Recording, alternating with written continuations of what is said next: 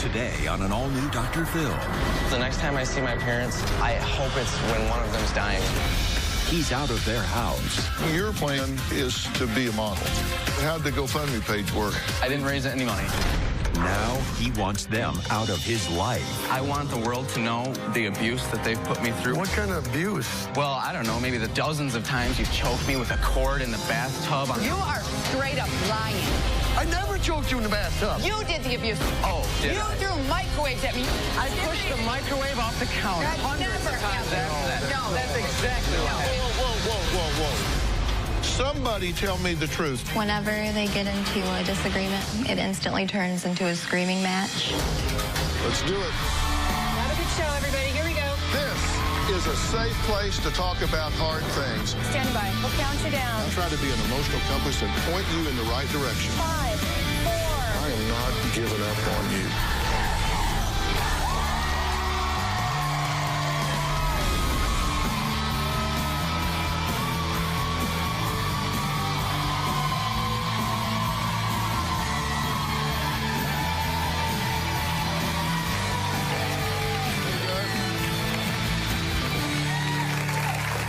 Well, today's show is going to leave you scratching your head and wondering who's telling the truth and who's not.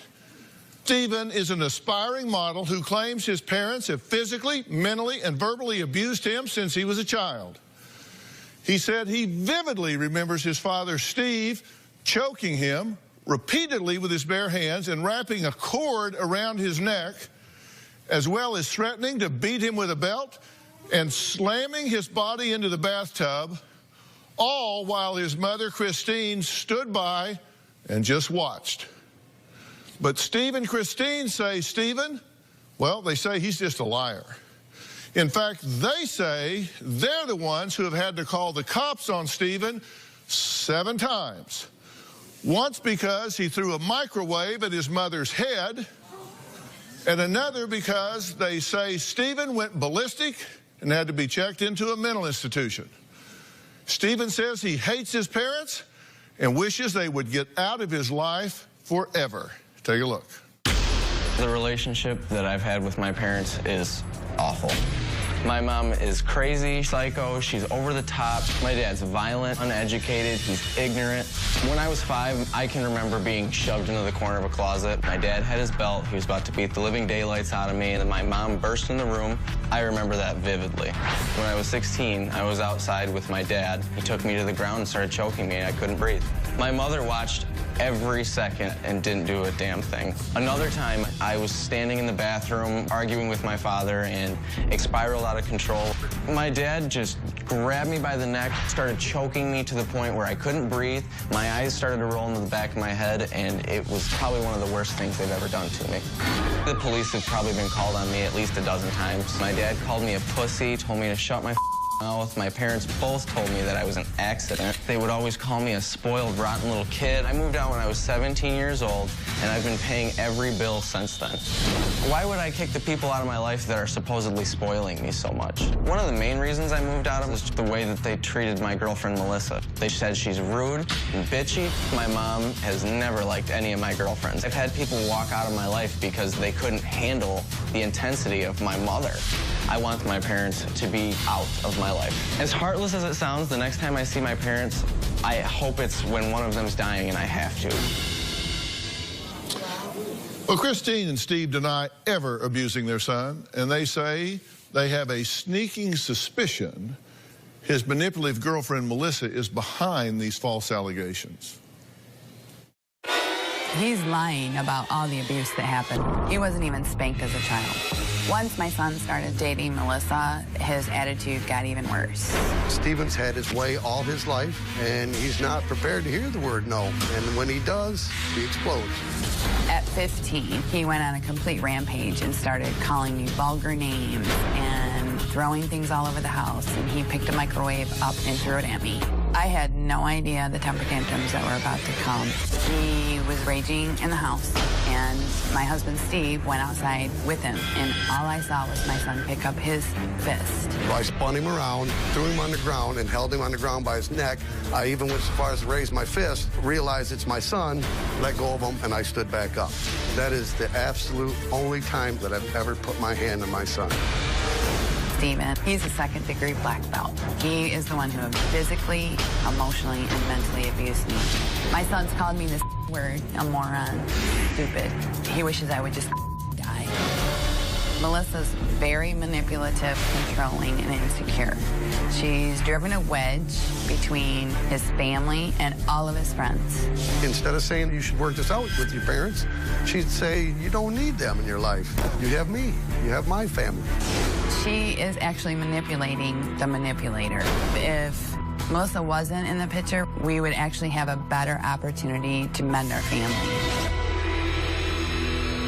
Okay, now, you guys have not spoken since June, right? No. And you say you just want to be done with them. I do. I want them to leave me alone. I want the world to know the abuse that they've put me through my entire life, and that I'm not this spoiled, rotten little brat that they want to make me out to be. Okay. And I want them to stop harassing me and my girlfriend. My girlfriend hasn't done a damn thing to you guys. Uh-huh. Except love your son. That is so not true. I have the text messages from her. I have a Facebook message. What kind of abuse are you talking? Well, I don't know. Maybe dozens of times you've choked me with a cord in the bathtub. You are straight up lying. That never happened. We never abused you. You were never abused. Oh. You abused me. Oh, did you I? threw microwaves at me. You intimidated me. I pushed the microwave off the counter. You threw it at me, and you know full well you If you've seen pictures of me when I was 12 years old, none of these people would believe that. Okay, you're a second-degree black belt. And who did the abuse? You did the abuse. I locked myself in my bedroom I don't know how many times. I'm 100 pounds soaking wet. You're a second, almost the third-degree black belt. How many times? So don't sit here and claim that we abuse you. Your dad has never touched you. He's been an excellent father. He was protecting himself. You, huh? No, he has not. Oh, you were protecting yourself. You're going to look me in the eye and say you were protecting yourself. Yeah, from your 10-year-old son who was a black... 10-year-old? Oh, were you protecting yourself when you were choking me in the closet? There is no abuse. There's no abuse. There is no Of course choking you're not going to sit on national TV and say... no abuse. No, you're the one lying. no You are the choking. one. There was no choking. There's so many people, so many You are the friends, black family butt. members, Okay. Adults All right. your age, your friends have told me that your mother's a psycho. Right. Your dad's abusive. I can see it. Why don't you name that people up? Because family members have said it. Yeah. You know what? Yeah, sure, right. This is what my family does. They call the Dr. Phil show before they'd rather You know make what? Because any amends with me tell me that anything they've done is ever wrong. We've tried. We've tried. You sent me a text message that said... Whoa. First out, you're going to have to clean your mouth up. I'm so sorry. So that ain't going to happen here, okay? Absolutely. So you're going to clean your mouth up. And I'm curious, I just let this go on for a minute just to kind of get a glimpse of how you folks problem solve. Not good. Was that fairly representative? Yeah, well, he gets so explosive, we can't have a normal sit-down conversation and try to work things out because They don't like to work things out. He gets explosive. And how about yourself? Oh, you're so... I tend to be calm, but he starts to explode. It starts to, it builds Not a single us up. part of you stays calm, and neither do you. He every time we try, he starts vulgar language. Well, how about you? What was that typical of your... It was a little overboard, but I'm very upset because he's making accusations that are not true. Yeah, that's you guys. Okay. You attacked me and my girlfriend my whole life. Is this typical of your interactive style? Absolutely. We And start it's like if arguing. she came into your life, you started you skipped more school than you went. You barely graduated. You would leave school and get phone calls, That's and not she was something asking that you we to like. come Stop.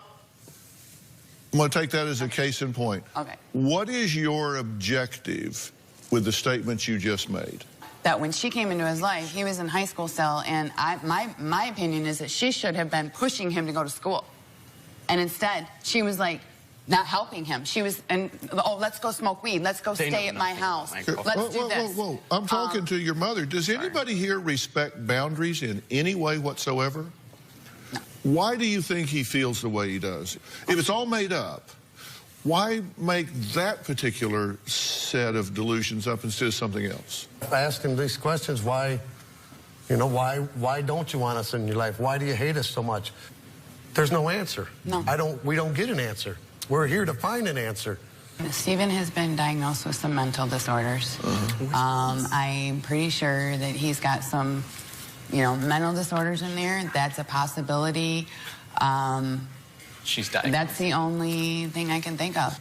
Therefore, you think that he's ill. I do believe he's ill. But your reaction to that is let's scream at him. Yeah, it's not the right. Does that make sense? We think he's mentally ill, so let's scream at him. I think he's doing it just to hurt us. I do. So you don't think he's mentally ill, you just think he's evil? Yes. So you raised an evil child. I didn't think I did. But for the last 6 months, it's been hell on both of us. Yeah. All right, well, Steve admits that he did something inappropriate with his underage son that he seriously regrets. What was it? How does he say Stephen has been using this information to blackmail him for years? And are these two transparent with each other about what's going on as parents? And then I got a whole list of questions for the son. We'll be right back.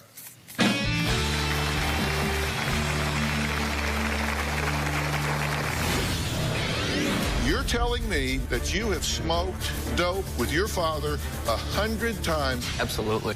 You're so wrong. Somebody's lying. And later, your plan is to be a model. Yes, sir. But you're concerned he's going to get into pornography. I'm afraid, yes, I am concerned. Tomorrow on an all-new Dr. Phill. Michael Lohan has had a tough time since he came to Tampa Bay. Michael and Kate have had a toxic relationship. When Kate's drinking, she's a train wreck. The Lohans lose custody. Why were those children taken from both of you? The exclusive interview. You're in her face, you're yelling, you're screaming. There was no domestic violence. That is domestic violence. Just own it. Then on Monday, a substitute teacher arrested. You were intoxicated. They said I was 3 times over the limit. Total liar. You were drunk at school that morning. Isn't that right? That's Monday.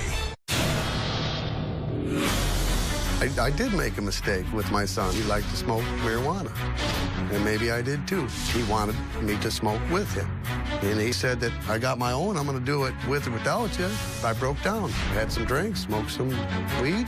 My dad would act like we were buddy, let's smoke a joint, let's drink a beer. And then my mom would come around, and then it was, no, can't do this. You're grounded. And then the next day, hey, you want to smoke a doobie? I did deny doing it to my wife because I knew it wasn't going to go over well. If my dad says we only smoked weed or drank once, he's completely lying.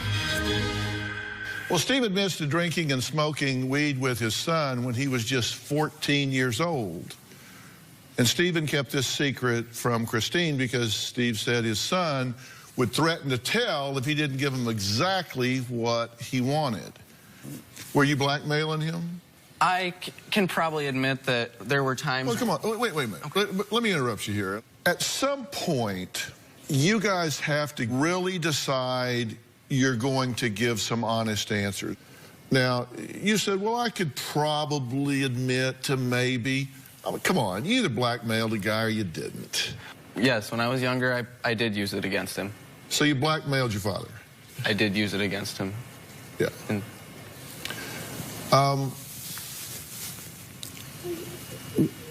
what in the hell goes through a father's mind when he says, here's a good idea. I'm going to imbibe in 2 illegal substances with this minor. Because it's illegal for him to have alcohol or marijuana. And you think, this is good modeling. Bad situation, bad choices on my part? Yes, absolutely. We went up north to deer camp. Gone away from everybody and everything for a few days. He brought the subject up. I told him no a dozen times, maybe 20 times. Then he said, I got my own, I'm going to do it anyway. So, yeah, I did. And then it's never happened again. that's not true. It never happened again for Dozens of times afterwards. until one other time when you were 19 years old when we bought the Chrysler No drinking, just a smoking, and that was it. Okay, now, somebody tell me the truth. You've either done this dozens of times or you haven't. So you're either telling the truth or you're not. I'm telling the truth. So he has smoked dope with you dozens of times. It was, I would say, at least 100 times. Okay. Oh, you're so wrong. Somebody's lying. You're telling me now, a video record, that you have smoked dope with your father 100 times since deer camp. Absolutely. I don't mean 100 specifically, but yes, sir. Dozens of times. Absolutely. Since deer camp. And you're saying one time after deer camp, you see what I'm saying? Somebody's clearly lying. Sure. Don't smoke weed. You can't do that. And then a day later, you smoke weed with me again. None of that. Of course, that's how I blackmail. So you've had to call the police a number of times. A number of times. But a lot of the times they would call and simply say, my son's out of control. Were you? No. I would be angry because of how they were treating me. Not because I was out of control, just some lunatic that's freaking out for no reason. It was due to years of abuse. I kind of made a list. Age 15, November 1st, 2010, drug overdose. They say you attempted suicide by taking a handful of your mom's allergy meds. True or false? True. Age 16, September 9th, 2011, domestic dispute. This said you did not assault them, but you turned off Christine's computer in an argument over the car and going to the gym. So there was a big argument, yelling, screaming at this point, correct? Correct. Why did you call the police? I was on the computer and I was on my laptop and he wanted to go to the gym. And he wanted to go to the gym. He wanted his car back. I said no. He took the computer and smashed it on my arm and tried to break the back of the computer. Then he poured pop on top of my computer. True. I slammed the computer shut, but I didn't pour pop on it, and I didn't slam it on her arm either. Yeah, you did. All right, December 1st, same year, 16, domestic dispute. Stephen locked Christine out of the house and threw the microwave while calling her names. I did not throw the microwave at my mother, but I did push it off the counter. We're still age 16, March 2nd. Suicidal domestic dispute. Stephen stabbed holes in the wall, broke a phone, and yelled, "I'm going to kill myself," because you couldn't have the car. I did say that I wanted to kill myself, but it wasn't because I didn't have the car. It was because 16 years of physical and mental abuse takes a toll on someone. We're still age 16. This is a few weeks later, domestic dispute. Parents argued with him because Stephen didn't want to live there anymore. They didn't want me to live there anymore. No. It had nothing to do with me not wanting to live there. My parents kicked me out the day I turned 16, because in Michigan, you can kick your son out when he's 16. No, you didn't. You kicked me out. Never kicked you out. I have parents and family members I had to stay with. I have my girlfriend who I had to go to her house after you got done choking me in the bathtub. Because I couldn't be around either of you. Well, you were with her? They're choking in the bathtub. That's such a... That's a lie, man. I never choked you in the bathtub. That is so... One time I put you to the ground when you put your hands on me outside. Huh? You grabbed me in a physical manner. I did what I did to make sure you never did it again. First of all, that didn't happen. Second of all, you don't think there would be, even if it did happen, you don't think there'd be a better way to deal with Did you tell the police? Did you tell the police you didn't want to live there anymore? Because the police report says you told the police that you're the one that wanted to leave. Eventually, I did want to leave at that point. Well, you're saying they kicked you out, but you told the police in the police report that you wanted to leave, that you had several issues with your parents, and you wanted to leave. At that point, I was done, and I did want to leave. Well, his parents say Stephen's girlfriend, Melissa, is a manipulative, controlling, insecure little girl who's causing big problems for their family. So we'll meet her next.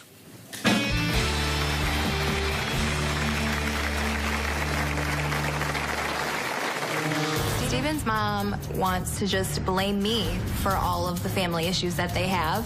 How do you explain the first 17 years of his life? You were the one who decided to mistreat him and abuse him. How dare you try to blame me? I support Stephen's decision to cut ties with his parents.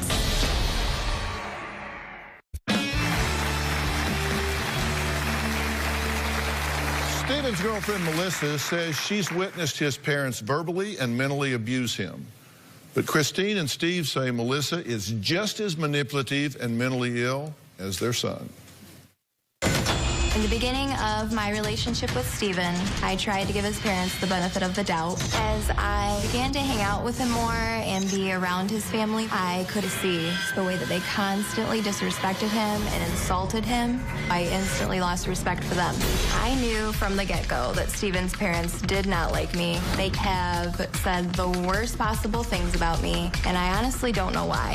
Steven's mom called me the word when I met her. She just thought that I was too quiet for her liking. She also called me a bitch. The fact that his mother called me a gold digger is one of the most absurd things that she could ever say about me. I was the one who was supporting us. She wants to just blame me for all of the family issues that they have. How do you explain the first 17 years of his life when I wasn't around? You were the one who decided to mistreat him and abuse him. How dare you try to blame me? My parents have always been loving and supporting of me, and when they met Steven, they loved him because I loved him. You have the best family, actually. Better than my own. It's like a warm, fuzzy feeling when your mom loves your boyfriend. I support Steven's decision to cut ties with his parents.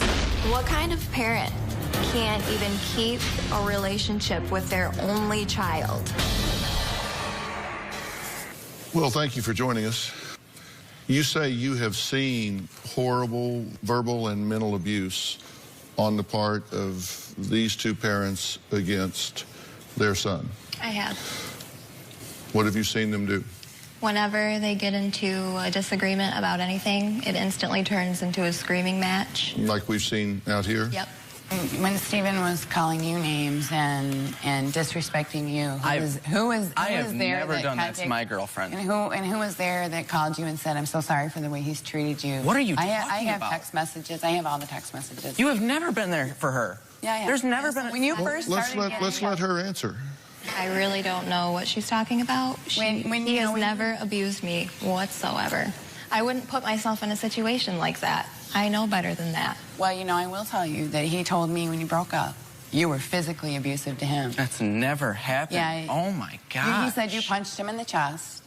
And he said that he had to call his mom and hurt your mom because you were threatening to throw yourself down your stairs and you punched him in the chest. What kind of story? How do you make these up? And he said you also stated she was mentally ill and that you can't be with her. Now, I don't know if she hit you because you're abusing. You say we abused you. I don't know if I believe that she's abused you because you're lying about us. Neither of us know what you're talking about. And why don't you let her speak? I don't even really have words because I don't. So you never had any exchanges No. with Christine? Yes. No. She's making all this up. Yes, absolutely.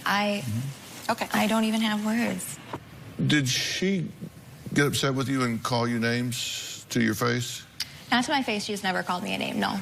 But Steven told me about a week after she met me, she called me a I don't use that word freely, as you'll notice that he uses that word quite frequently. That's not something that I use.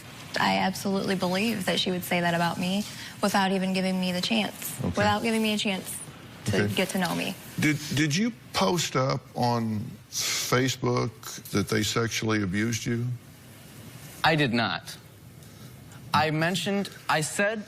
And did the police come and talk to you about that? They talked to me about how my family and I weren't getting along. And actually, the police officer agreed with me. Did they come and talk to you about that you need to take down allegations that they sexually abused you? They did not. So you didn't put on Facebook that you had been sexually abused? I did not. He did.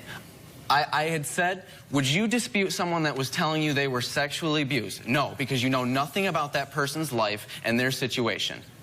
So to say that, oh, for my mom's best friend to say that she knows anything that has went on behind closed doors is just as bad as telling someone that they were raped. No, you weren't raped. I said it's just as bad as that because nobody knows anything that went on between my parents and I except my parents and I, because I kept it between us. No, you put a lot on social media. Yeah, you do. But you didn't use the word sexual abuse in your post. I did use that word.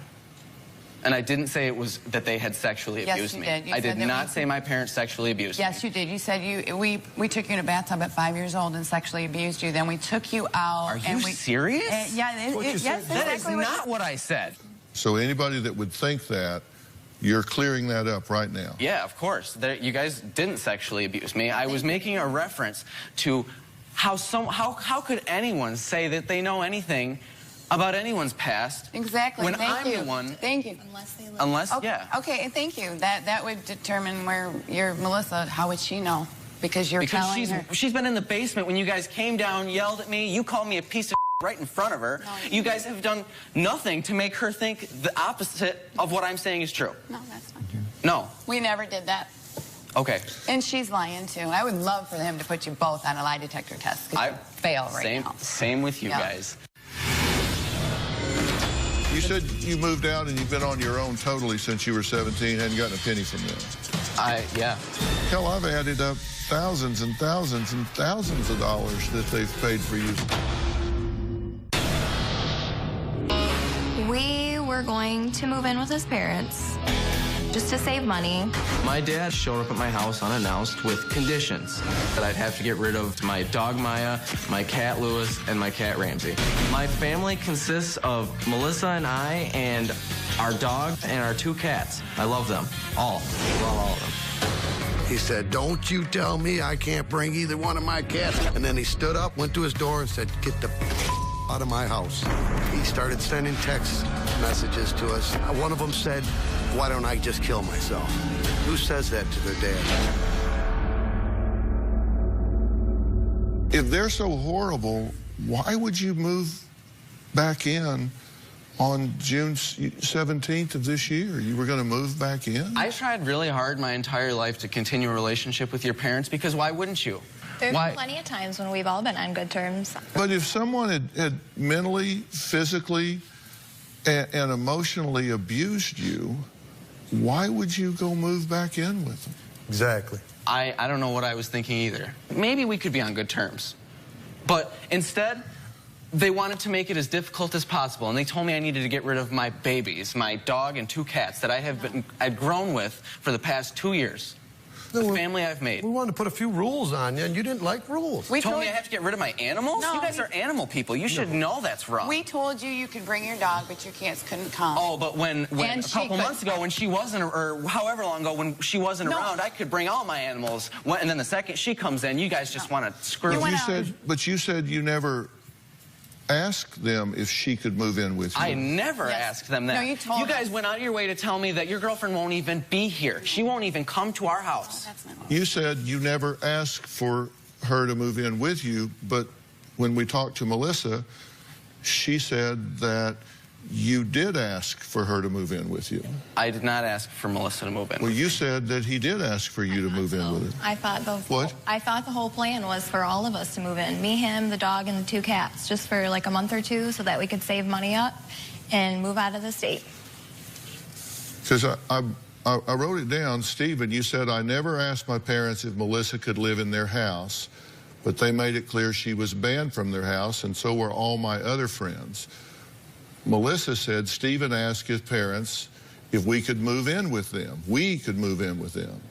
A few weeks before we were going to move in, Stephen's father said that Stephen animals couldn't move in and neither could I. So you say you never asked if she could move in. She says you did.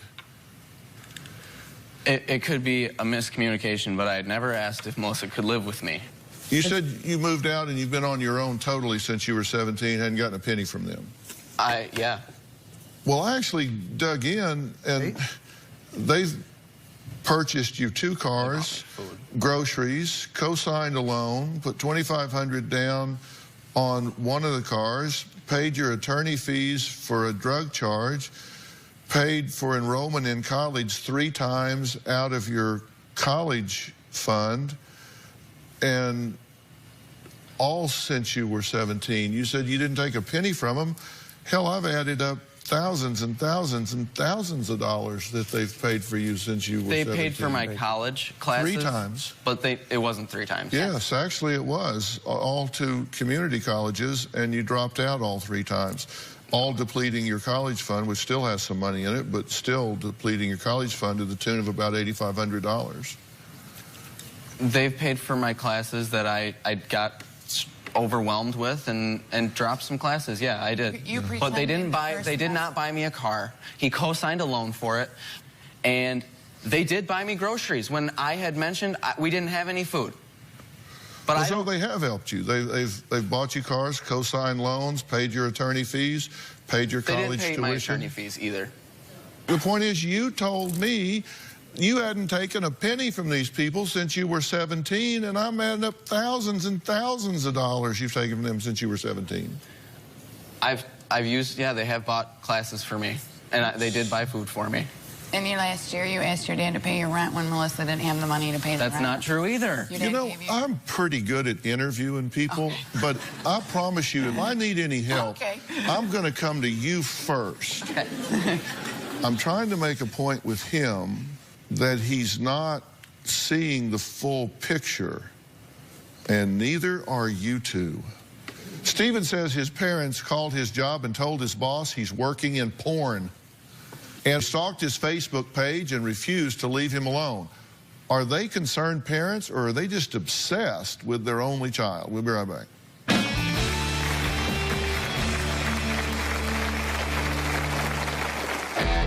I'm here in LA trying to make it. My parents absolutely don't think that I can do this. My parents don't really think that I can do much of anything, but I'm out here trying to show them that I can make it, and I'm going to be a model. On an all-new Dr. Phill, Michael and Kate Lohan lose custody. You're in her face, you're yelling, you're screaming. There was no domestic violence. That is domestic violence. Just own it. That's tomorrow. I'm very dedicated and motivated to becoming a model, and I have no doubt that I will. I did sign with a couple agencies, and I made the decision to come out to Los Angeles. I definitely think he has what it takes to be a model. He's always had the good looks. He's always had that charisma. He has enough ambition for a small country. My parents don't support me whatsoever. My parents actually have been telling people that I'm doing porn. They think I'm just some wannabe model that isn't going to make it. Now, even though Stephen has not raised any money on the funding page that he created to help launch his modeling career, he hasn't let that stop him. Last week, he was in L.A. pounding the pavement and passing out his headshots to modeling agencies. He let us tag along for the ride. I'm here in LA trying to make it. I've put my face in a couple modeling agencies, checked out some restaurants. I'm moving out here in a couple months, so just got to find a job. I take this modeling thing very serious. I wake up at 5 every day and I go work out. I try to keep up my appearance because you can't be a model if you don't keep up on that stuff. LA is amazing. It's unlike anything I've ever experienced. People are awesome. The mountains are beautiful. Palm trees are so cool. It's go, go, go, and I love that. It's just booming. There's so much money out here. Unlike anything I've ever seen. Wow, Melrose Avenue. I can't believe I'm here. My parents absolutely don't think that I can do this. My parents don't really think that I can do much of anything, but I'm out here trying to show them that I can make it, and I'm going to be a model and be very successful in life with or without them. I just feel so comfortable when I model. I love it. There's no doubt in my mind that I'm going to make it here. Okay, so your plan is to be a model. Yes, sir. Do you not support his dreams? I do support his dreams. On TV, they do. No. If they were supportive, would you want their support? Yeah, of course. Why wouldn't you want the support from your parents? I don't know. You seem to find fault with whatever they do. And you say you get these text messages from them, and you send some pretty I've said some things, brutal text messages yourself. I have sent some things that I regret. You sent this text message. Tell your blank wife to stop talking blank on Facebook. You might be too blank to do that. You wrote one, kill yourself. You said to your dad, just kill yourself. You are more than dead to me. I won't even be at your funeral. Like I said, I'll be remorseful about that till the day I die. Regardless of what you guys have done to me, that's not okay. And I'm sorry.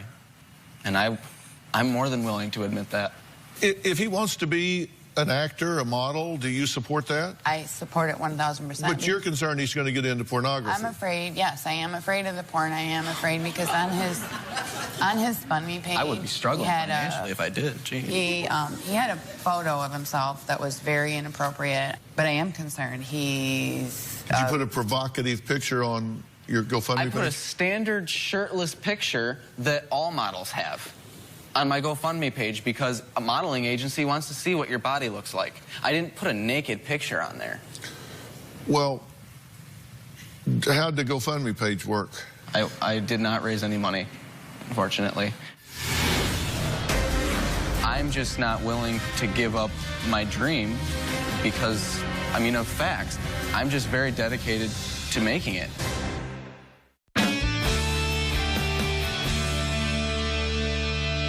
I do want to help you here, seriously.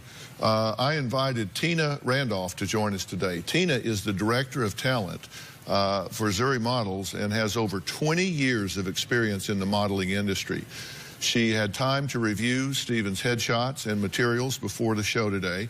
Tell me, what's your feedback? What's your opinion here? Because this gives you a chance to get some real feedback from a Hollywood that's awesome. Heavyweight pro. Well, first of all, I'm not here to crush your dreams, but let's be realistic with this industry. There are industry standards, and I'd say, first of all, how tall are you? 5'10".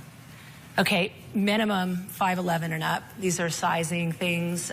Second of all, you know, we get about 700 submissions a week, and we sign maybe 5 people. So you really need to have something that's going to just stand out. And modeling may not be necessarily your thing. You may have a career in acting.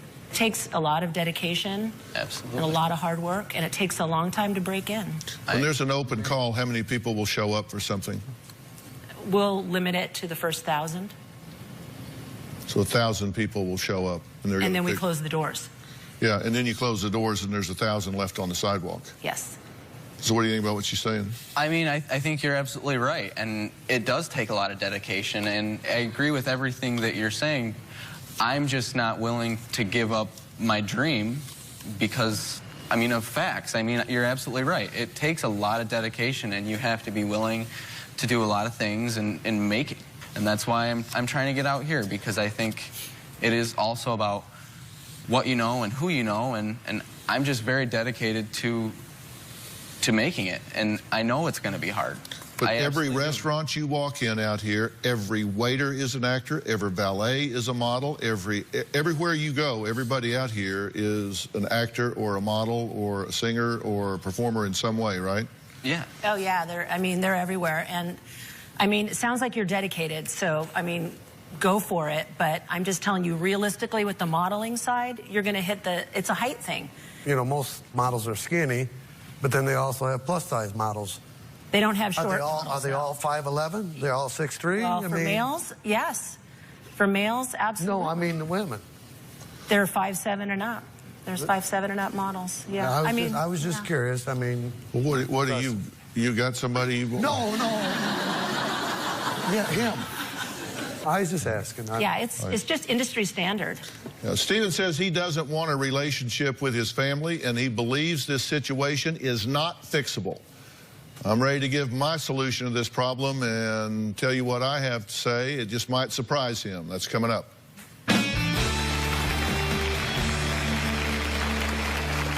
Ready to get real? Go to drphill.com for advice on relationships, parenting, finances, and more. Plus, weigh in on your favorite episodes, share your stories, and find support in the Dr. Phil community. When you sign up for the community, you will automatically be subscribed to the Dr. Phil Show newsletter. Log on to drphill.com today. Now, you ask a question, where's this anger coming from? This, to me, is not a hard puzzle. I don't know why, but both of you admit that all during his childhood and early adolescence, you just didn't ever tell this boy no. And then he gets out and he wants to have money and he wants to have cars and he wants to have an education and he wants to have all this.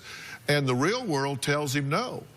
But y'all taught him a whole different value system. You taught him a whole different contingency system. You've taught him to go on red and stop on green, and then pitched him the keys and said, go out there and get them, kid.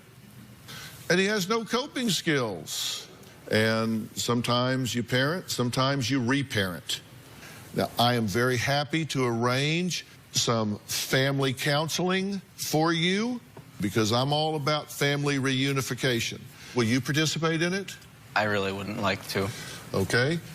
Then I will certainly arrange counseling for the two of you to figure out what it is that you need to get at peace with about what has transpired here so you can know where things ran off the rails.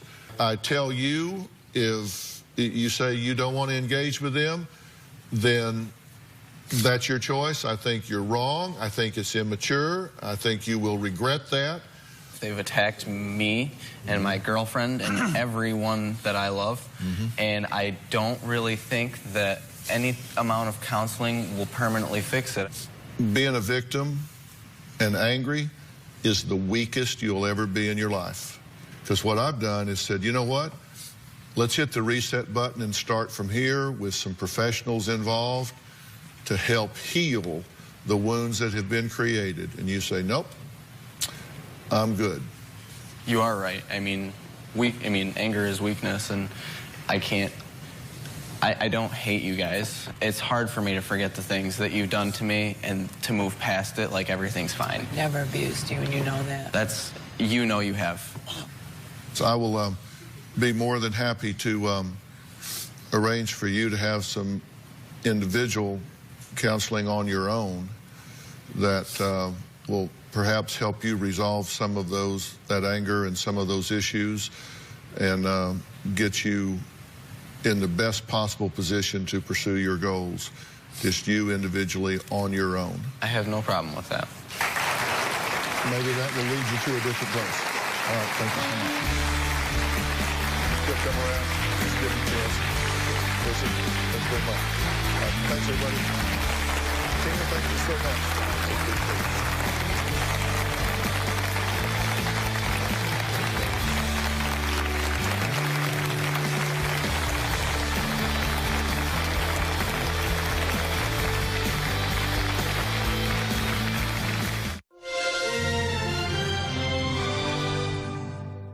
Today on an all-new Dr. Phil. My daughter pretends to be a cheerleader to catfish boys. I've not told anyone that I'm a cheerleader, not recently. Are you ready for a hot bod? Here we come, Cheer Camp. You posted that 2 months ago. Well, I don't remember doing that. Is this the face of a pretty little liar? She's fabricated 2 pregnancies. That I know of. Your mother is concerned that you are willing to get pregnant to trap a boy. That's freaking nuts. I found Ryan soliciting sex for money on Craigslist. You said you've never posted anything on Craigslist. I did post to be a babysitter. I'm at my house and no one's home. Then you include a picture that we can't show here. Let's do it. Have a good show, everybody. Here we go. This is a safe place to talk about hard things. Stand by. We'll count you down. I try to be an emotional compass and point you in the right direction. 5, 4. I am not giving up on you.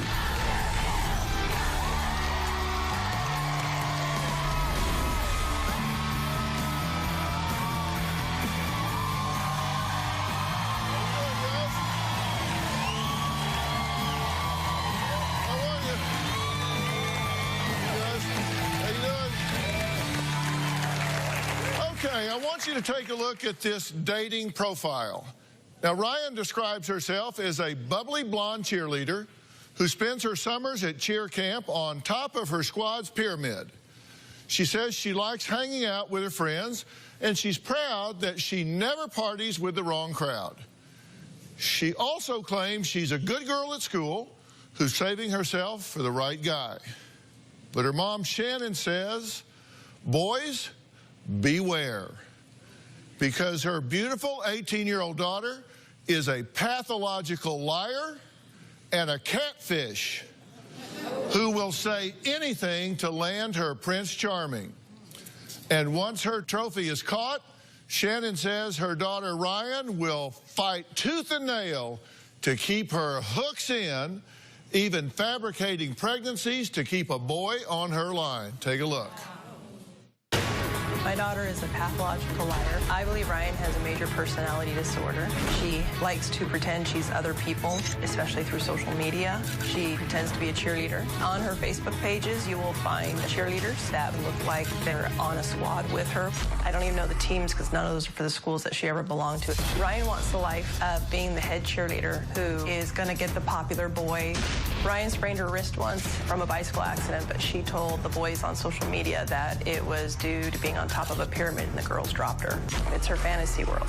Ryan wants to be an MTV reality star. One of her favorite shows is Catfish. I'm like, you are one of those girls. This is one of her personalities that she uses to catfish boys. She wrote, "Are you ready for a hot bod? Here we come, cheer camp." And she's not actually ever been to a real cheer camp. Ryan has told people that she has traveled the world with her biological father, whom she's never met. In the beginning of elementary, her friend was getting attention because she had a new puppy, so Ryan said she got a new puppy too. She also said she had a sister, which she did not have. Ryan told the boy that she had fainted at school. She said the doctor ran a test and said that she was pregnant. She never went to a hospital. She never saw the doctor.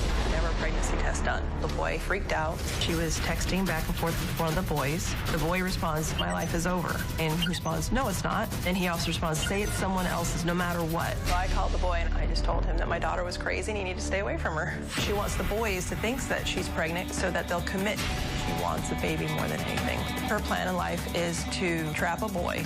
She paints this picture to all of them and they have no idea who she really is. Well, Shannon says all Ryan's lies are because she is obsessed with boys. Now, from sneaking on to military bases in order to sleep with soldiers to attempting to leave the country and disappear from home for a boy she met online. Now, her mom says nothing is off limits when Ryan sets her sights on a target. Ryan gets attention from boys. She is on a high. She is bubbly, the greatest person to be around. At any given time, Ryan can be talking with 30 guys. Ryan is sexual with the boys that she's meeting online. I've seen videos. Ryan has run away a couple of times. The first time she met a boy online in Canada, she flipped out because I wasn't going to let her leave. She'd done all the research on how to renew her passport, so she freaked out. She was so angry that she started walking around with one of her bats. I called the police out. They calmed her down. They were quite impressed at how much research she'd done to move to Canada. When Ryan ran away the last time, when I got home, my car's not there. And then I get in the house, I found the closet was empty, everything was gone. I discovered Ryan was staying at the base in the barracks. Every other week it's a new boy and it's a new love. Every time I go online, I never know what I'm going to find. It does not end. Okay, Shannon, I want to just figure out everything you know and we know before she comes out here. And for those of you at home, moms, you need to hit record on your DVR if you haven't, because we're talking about some very important things today. This online dating can be great. If you're of age, you do it right and you take the right precautions. But it can also be extremely dangerous. And young girls are going on these sites. They're meeting guys that they don't know who they are. They're giving too much information. They're meeting them in the real world. And bad things not can, but do happen. So you say she wants this MTV life. She wants to be the head cheerleader, dating the captain of the football team. She's got this fantasy world that she's after. Yeah, she thinks it makes her more attractive and more popular. And she's traveled the world with her biological father. When was the last time she saw her biological father? She's never met him. Never met him? She has never met him. She's never seen him, never met him. Yeah. She's also told us that she's met her biological father, that she's talked to him. She didn't say she traveled the world with him, but that she's met him, talked to him, the whole thing. So she's got different versions of these lies. Correct. Now, she's fabricated 2 pregnancies? Yes, 2 that I know of. One that she was 16. Yes. Who was the target in that? So this was a boy she met online and brought him to our home. She tells the boy that she fainted at school. The paramedics came, took her to the hospital, where the doctor told her that he says she's pregnant. Is this the boy you got in touch with? Yes. I told him she was crazy. And what did he say? He said, okay, okay. He was a little afraid of me, so he agreed with everything I said. And when you confronted her with it, what does she say? She's like, well, I thought I was. And then the second pregnancy, she posted on Facebook. Yeah, she'd mentioned it to a couple of the girls on Facebook and said she had taken a morning after pill, which she did, and I still have it. Now, she's going to a military base and hooking up with cadets there, right? Yeah, she was actually living on it. Can you do that? No, you cannot. She's sneaking on. Correct. And sneaking into their quarters? Sneaking into the quarters, and they're keeping her in there. Where do they put her at night? Is she like in a barracks or? So they're in the barracks. She was in a certain part of the military base, and they have usually 2 people to a room. So she's able to stay with them if the roommate allows it, if they even have a roommate.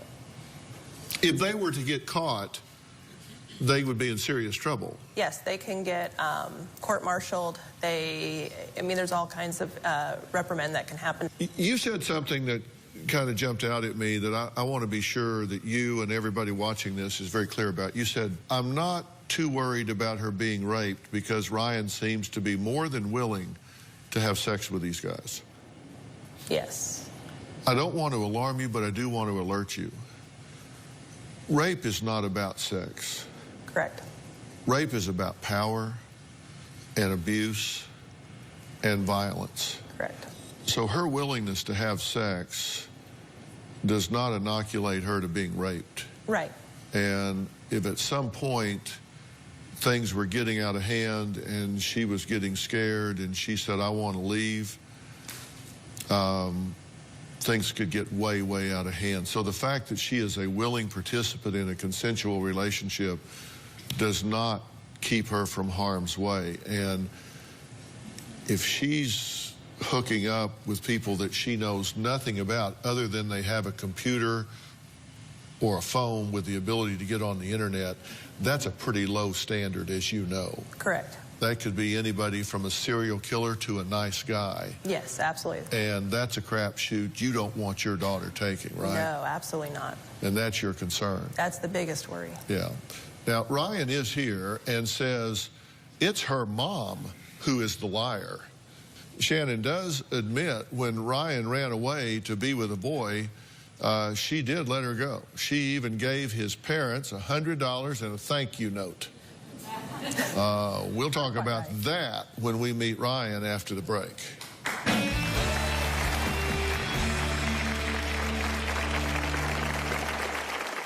My mom thinks I'm the devil, and it's crazy because I'm really not. My mom is pathetic, childish, and often confused. I honestly believe that she needs help. And later, you said you've never posted anything on Craigslist. I did post to be a babysitter. Define babysitting. That's you. You're right. You see why I didn't want to show that.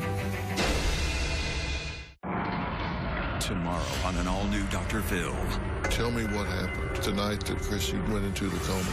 The last time viewers saw Nick Gordon. I miss Chrissy and Whitney so much. Dr. Phill arranged for rehab. Bobby Christina Brown, the daughter of the late music legend Whitney Houston, has died. Now, the autopsy results are in, and Nick Gordon sits down to look Dr. Phill in the eye. I want to give you a chance to set the record straight. The exclusive interview. That's the lowest point in my life right there. Where you left money in the will by Whitney. Photos surfaced of Chrissy smoking out of a bong and snorting cocaine. Did she have a drug problem? Yeah, it got really bad. Were you a bad influence on her? They say you punched her in the face and kicked her to the point she was on the floor screaming, and you dragged her up the stairs by her hair. And the question everyone wants answered. Did you murder Bobby Christina Brown? That's tomorrow. My daughter told everyone I kicked her out because she was dating a boy. She gave me the address, and I gave the family a note with $100 saying that, thank you for helping out with Ryan. Here's some money for some food. You shouldn't have to pay for everything. The more truth they found out about everything Ryan ever told them, they asked her to leave. Now, Shannon says her teen daughter, Ryan, is a liar who will do anything to land a guy and live happily ever after. But Ryan says she's only here because she wants to get it through her, quote, mom's thick head that she is the one who needs help, not her. Take a look at this. My mom is a little delusional and a pathological liar. She's pathetic, childish, and often confused. She thinks she's perfect. My mom's like a mean girl. Just kind of her cocky attitude, her smart mouth. My mom has kicked me out of the house 5 times, and she called the police on me. That was crazy. My mom and I got into a really big fight. I had to call Child Protective Services. We were pulling up to the stoplight, and we were still moving, and she opened the door and pushed me out of the car. My mom plays the victim. She uses all her stories saying that I'm some crazy, out-of-control teenager. My mom thinks I'm the devil, and it's crazy because I'm really not. And that's the thing. She's blaming everything on me. Her life, her past, her future, her present. My mom is always telling me that I need help, and I honestly believe that she needs help. Well, if she needs help, you've come to the right place. Because I want to get to the bottom of this and figure out exactly what's going on. You said that you actually feel sorry for her because she's so delusional. I do feel sorry for my mom. Yeah. You say the way she sees you is very distorted.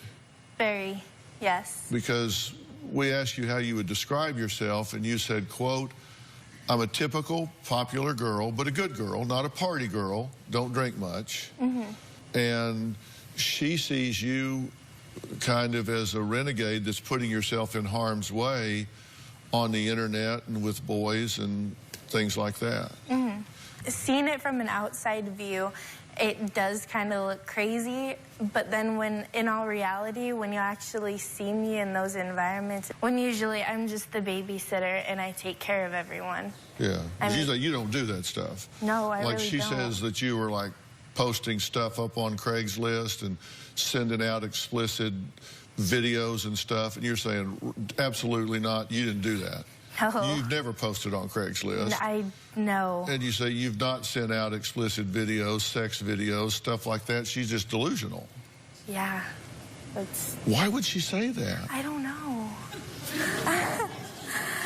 But I mean, and you said she pushed you out of a moving car? She did. Boom. Yeah, we were coming up to a stoplight, and we were in an argument, and she, like, opened the car door, and I was like, oh, okay, bye. And then my friend was like, dude, your mom's crazy. I was like, yeah, welcome to my life. Yeah. She says that she brought you here because she tells people that you love Dr. Phill, but, in fact, you've only seen the show, like, maybe once. Yeah, I've watched your show maybe once. Yeah, okay, and for her to think all of that's one thing, and we'll get to that later, but why the hell have you only watched the show one time? I mean,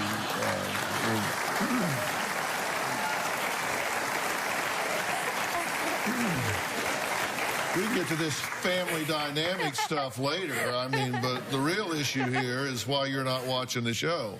Well, I don't really watch TV. So does she have reason to be concerned about you, or does she just need to chill? She just needs to chill. Okay. She is concerned that you are, in her terms, catfishing people on the internet.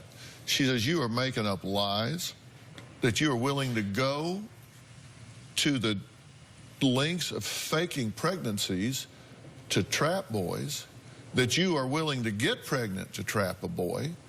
She says that you are willing to trade sex for money. Anything a boy wants, you'll do it just as long as you get his attention.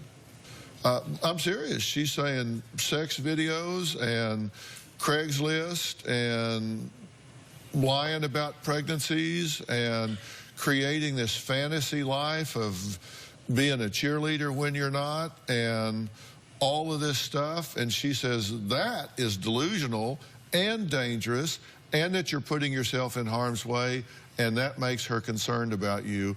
And you're saying that's absolutely not true. She's delusional. Sorry, I just want to laugh. Okay. So that's just not happening. Yeah, I mean, I used to lie about being a cheerleader, yes. Because when we moved here, I was like, oh my God, I'm going to be like the weird kid from out of town, so I need something. So she's making all this up, not you. Basically. Why I did mean, she do that? I don't know, like, that's extreme. Like, that's freaking nuts. Well, next, Shannon claims that Ryan's need for male attention recently crossed a dangerous and illegal line that's something so shocking, Shannon says, it broke her heart. We'll be right back.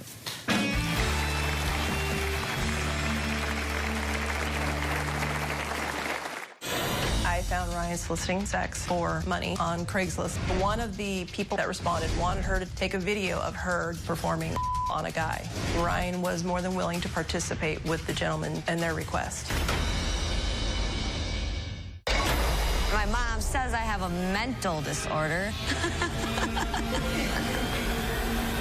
You guys said she ripped the wings off of a pet bird. I did not kill my bird. You're a little witch. Your children have been removed from the home. I'm in Hollywood right now, so how can I worry about my children? I've been worried about your children. Why don't you take them then, little witch? Off before I hit you on stage. They believe a stranger is obsessed with their twin daughters. She took my photos offline and made up a complete lie of her as their mom. My girls are in picture frames all over her house. How did hundreds of pictures of their twins get on your Facebook page? I honestly don't know. You're a damn liar. You've claimed my girls as your own girls, and it's gonna frickin' stop. He was a major league pitcher. Now his family says he's a drunk. You've been self-medicating with alcohol because your dream got ripped from you. I'm not a drunkard. This is that bottom of the ninth, man. You got to do this.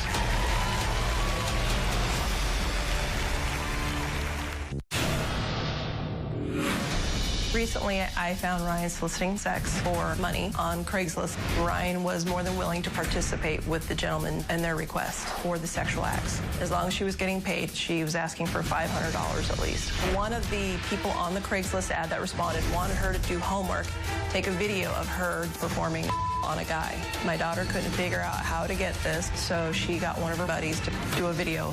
She just told a boy yesterday that we have an open house, stop by any time. I worry every day that she's going to either end up in sex trafficking or dead. You said 3 years ago you lied about being a cheerleader. Yeah. Okay, why did you do that 3 years ago? Because I was moving from Idaho to California. You're either going to be in a clique or you're not, and you're going to just be alone. So you did that 3 years ago. Yes. This is a portrayal on your profile that was posted just 2 months ago. You just put this up 2 months ago, and it's a photo of the cheerleading squad, and the caption is, "Are you ready for a hot bod? Here we come, cheer camp." You posted that 2 months ago, and you singled out your picture here in the middle and tagged it. Ryan. That's you, right? Yeah. You posted that 2 months ago. I have IT experts. You posted it, your computer, entry 2 months ago. Not 3 years ago, 2 months ago. Okay, well, I don't remember doing that. Your portrayal of being a cheerleader on Facebook, here's a message between Ryan and a boy on Facebook. Ryan, what about doing the splits? I didn't do cheer for nothing, wink face. Then the boy asked a very inappropriate question. And you said, well, I'm a virgin, so I better be. You remember that? No. How long ago was that? Okay, you don't remember. This is you, right? Yes, that's my profile. And this is you, right? Yes. And you remember saying this? Yes. Okay. Do you remember saying this? Yes. Okay. So what part of this do you not remember? The time. There's more. 8 months ago, you were telling a soldier that you were at cheer boot camp. So, cheer camp, get up early, be at the gym at 9:45. Done. Once upon a time, there was a princess who liked a soldier. Stay brave, soldier. This excerpt from a note that you sent 8 months ago to a soldier. Mm-hmm. But that was a lie, right? Yes. That wasn't 3 years ago, that was 8 months ago, and that was a lie. So your mother's not delusional about that. That, in fact, is something that you're doing. I don't do that. I have not told anyone that I'm a cheerleader. Anyone that I'm... No. Actually, I haven't told anyone. Not recently.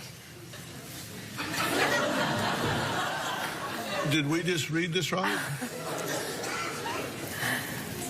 I said not recently. So define recently. Like, probably right after that 2 months. Well, you also said you're the good girl and you don't party. Here's some Instagram photos. Smoking pot the night of the Dr. Phill shoot.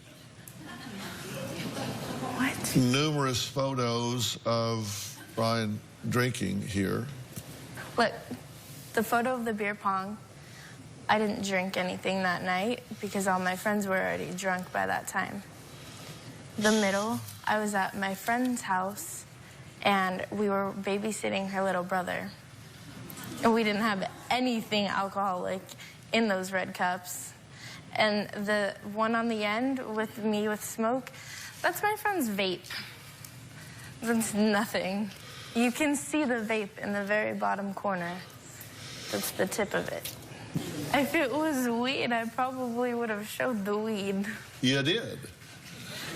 I didn't. Now, Ryan's cousin, Triana, believes Ryan purposely tries to get pregnant every time she sleeps with a boy. Now, we'll add her to the conversation after the break and see what she has to add here.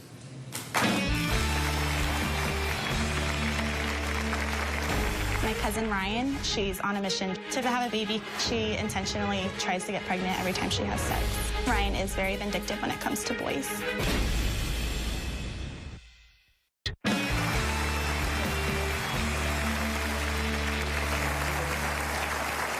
From lying and portraying herself as a bubbly, goody-two-shoes cheerleader online to engaging in reckless activity, Shannon says she is petrified for the safety of her teenage daughter, Ryan. Ryan says it's not true. Her mother's delusional. Shannon is not the only one who is worried, however. Ryan's cousin, Triana, says she's not just concerned, but upset at Ryan's disregard for other people's lives. Take a look. My cousin Ryan is very vindictive when it comes to boys. She's on a mission to have a baby because she wants to feel love. I think that she intentionally tries to get pregnant every time she has sex. The soldier she tries to date, they're homesick and tired and lonely, and she swoops in and she just manipulates them. Ryan did threaten a military man that if he didn't continue a relationship with her, she was going to report him to his higher-ups. It is sickening. She could destroy their livelihoods. She could ruin their whole life. I'm terrified that Ryan's going to meet the wrong person and get raped or killed or forced into the sex trade. Tran, thank you for joining us. You've been listening to everything so far, so you're up to speed on what we're doing. You're concerned with her disregard for the impact of what she's doing on other people, that some of these soldiers, for example, could get in a lot of trouble. They could get discharged. They could get dishonorably discharged. They could get in trouble for what she's doing, and you're saying she doesn't seem to be concerned about that. No, not at all. Have you talked to her about it? Yeah, when she ran away and she came to stay with me for about a week, I was very clear. Like, they can get kicked out, they can get just in huge trouble. It could ruin their whole career. And her response to me was that they know what they're doing when they have me in there, and they're her friends, and she would never get them in trouble. Well, but that wouldn't be up to you, right? If they get caught with you in there and that's against the rules, then they would be in trouble. It wouldn't be up to you. I know, I always tell them. That's the thing. When I hang out with my friends, or if I stay with my friends, they always know, and I always remind them every second. One of the most outrageous things that your mother said, and you made a really disgusted face, you shocked face when she said it, is she said you had actually posted things on Craigslist about sexual activities, and you said you've never posted anything on Craigslist. You said that's where people go for, what, plumbers and carpenters, I think is what you said. That you've never posted anything on Craigslist, that she's just crazy for even saying that. I did post to be a babysitter. Define babysitting. Well, I'm kind of learning with you that I need to be very precise. Because, like, I was on care.com. Like, at that point, I was desperate. I was staying with my cousin, and I just needed a job. But I was never going to sell myself for money. Well, here's what you posted on Craigslist. I need any kind of work fast. I turned 18 in January. I have no experience. Please, nothing sexual. You got some responses, right? Mm-hmm. But I did not send pictures. That's you. You're right. You see why I didn't want to show that.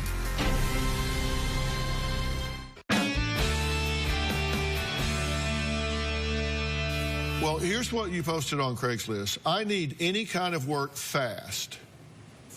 I turned 18 in January. I have no experience. Please, nothing sexual. You got some responses, right? Mm-hmm. I had to not make graphics out of these because FCC really wouldn't permit that. One individual, your first conversation, hi, $500 for a half hour of your time to organize my garage, haha.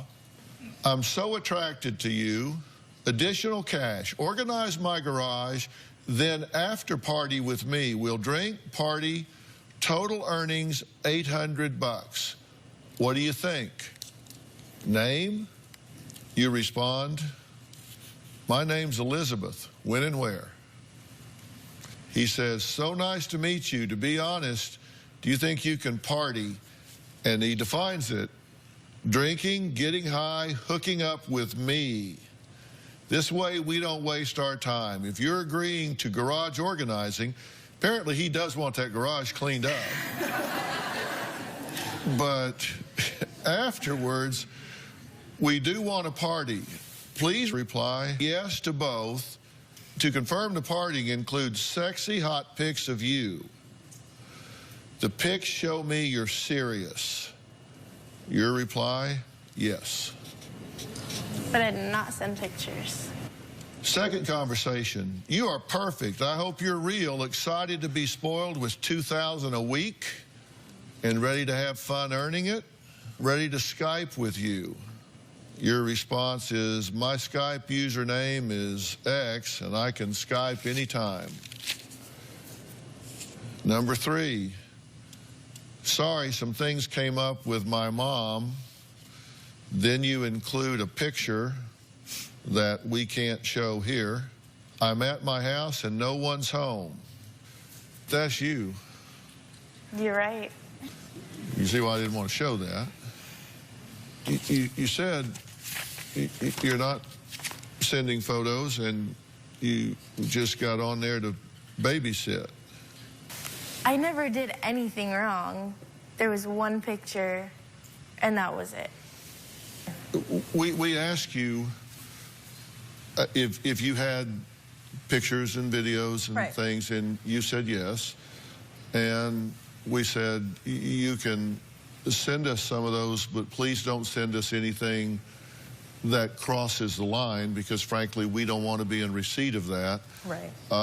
What you consider crossing the line, what we consider crossing the line is two different things, because you sent some things that I did not see, because when my staff received it, I said, I don't want us to be in possession of that, because it was very explicit.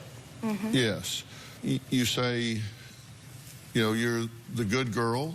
You posted on Twitter, when Hickey's hurt so blanking bad, with a picture. Then questions on your dating site 2 months ago, who's the sluttiest girl in school? Ryan, me, ha ha ha. Photo with tongue out. Question on Ryan's dating site, the amount of dudes you fool around with is startling. I see you making XXX movies in the future. Ryan, oh, totally. Those provocative statements bring out creepy people. And that's the people that I don't talk to. But how do you know? Because I don't talk to a bunch of people. But that's the thing. They could be anyone online. I know. There's so many shows and so many stories. They're everywhere. They could be 50 years old and you don't know. Just like you have the cheerleading pictures. You don't know them. People do that all the time. But you aren't getting it. Shannon says Ryan's, quote, what she calls daddy issues might be behind her bad behavior. So what is the real story behind Ryan's biological father? We'll talk about that after the break.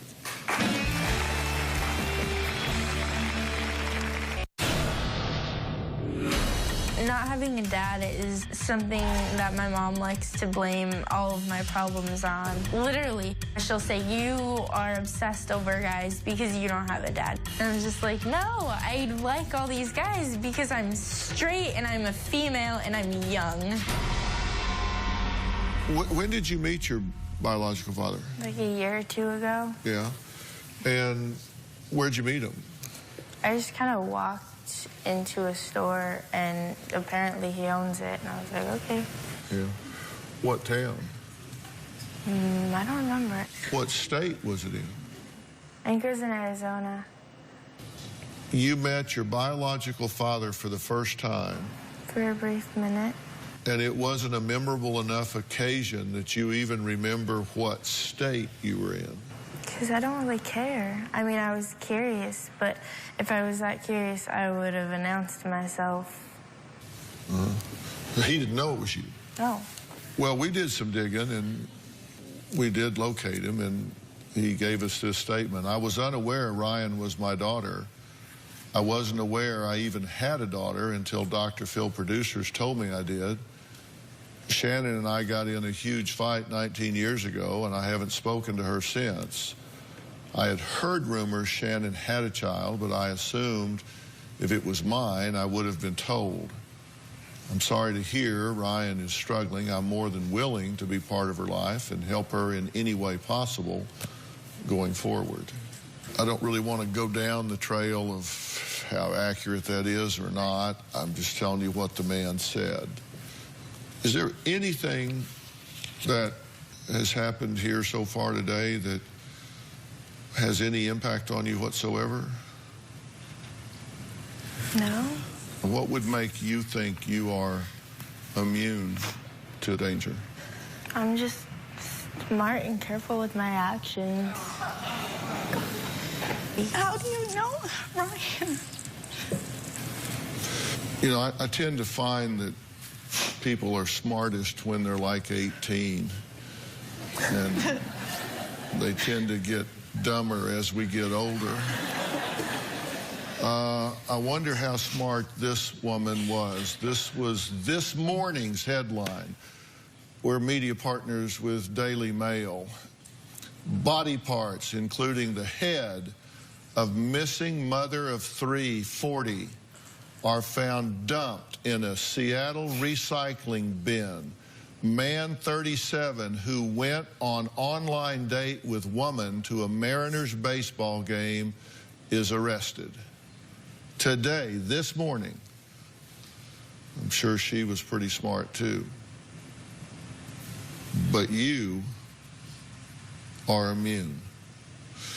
You can go on and present yourself as something you're not and manipulate these guys. And what's going to happen is you're going to get in this relationship and they're going to find out that you've manipulated them. They're going to find out that you've lied to them. They're going to find out that you've tried to upset them, that you've tried to set them up, and they're going to get hugely pissed. And you're going to run into one of them that's got a problem with anger. You're going to run into one of them that's got a problem with impulse control. You got to run into one of them that's a psychopath, a sociopath, that decides that if you've lied to them, manipulated them, then you get what you deserve. And I don't want you to hear these words echoing in your head when you're being taken somewhere you don't want to go. And I think that you are the biggest obstacle between where you are and what you really want. And I'm going to tell you why I say that right after the break.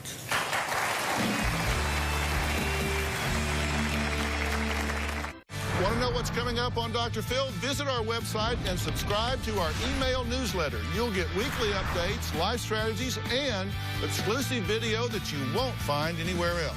Plus, on drphil.com, you can see sneak previews of upcoming shows. Log on today. The truth of the matter is you are a very attractive, intelligent young woman. You need to get out of your own way. If you'll quit doing all the things that you're doing, I think you will find that what you want will come to you. If you'll just be who you are instead of trying to make this happen. And I think you're selling yourself short. This is Miles Adcox right here, by the way. He's the owner and CEO of OnSite. And OnSite is a place that I believe to be a worldwide leader in intensive workshops that specialize in really helping people that have kind of lost connection with themselves. They're located on a beautiful ranch just outside of Nashville, Tennessee. So, Miles, I've seen the work that y'all do. I think you could really help her. What do you think?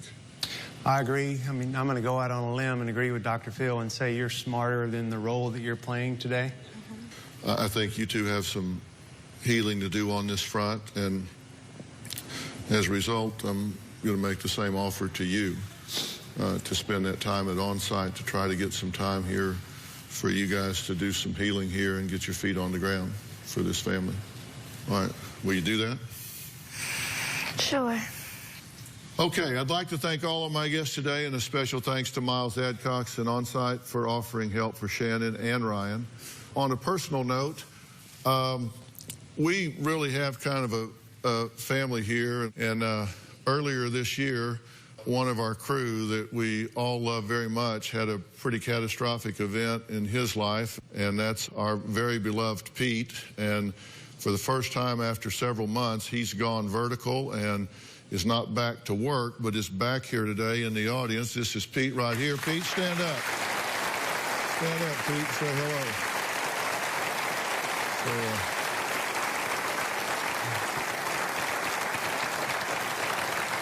Means the world of us to see Pete back here with his lovely wife next to him, and we're looking for you to be back here next year taking care of us again. So we look forward to it, Pete. It's good to see you back. So long, guys.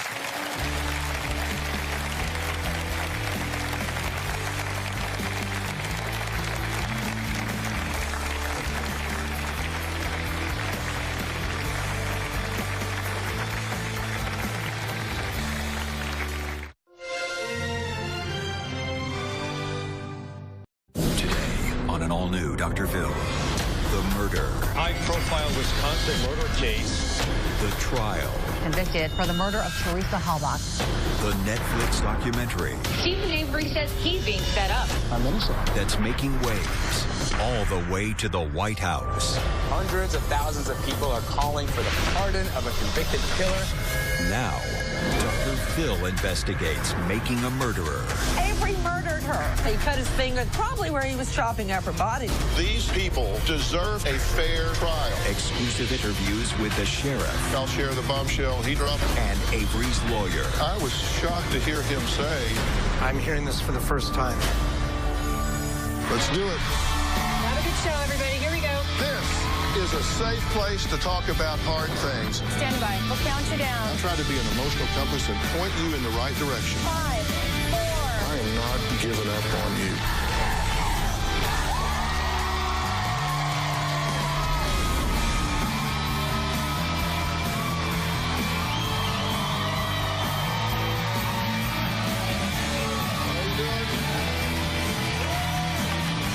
Thank you very much. Thank you very much. Well, today we're talking about a story full of twists and turns that has absolutely captivated the nation and caught the attention from Hollywood to the White House. The controversial hit Netflix documentary Making a Murderer thrusts the story of a small-town Wisconsin man, Stephen Avery, into the spotlight and has everyone asking, is an innocent man sitting behind bars for a crime he did not commit? Take a look. The people that were close to Steve knew he was always happy, happy, happy. Always wanted to make other people laugh.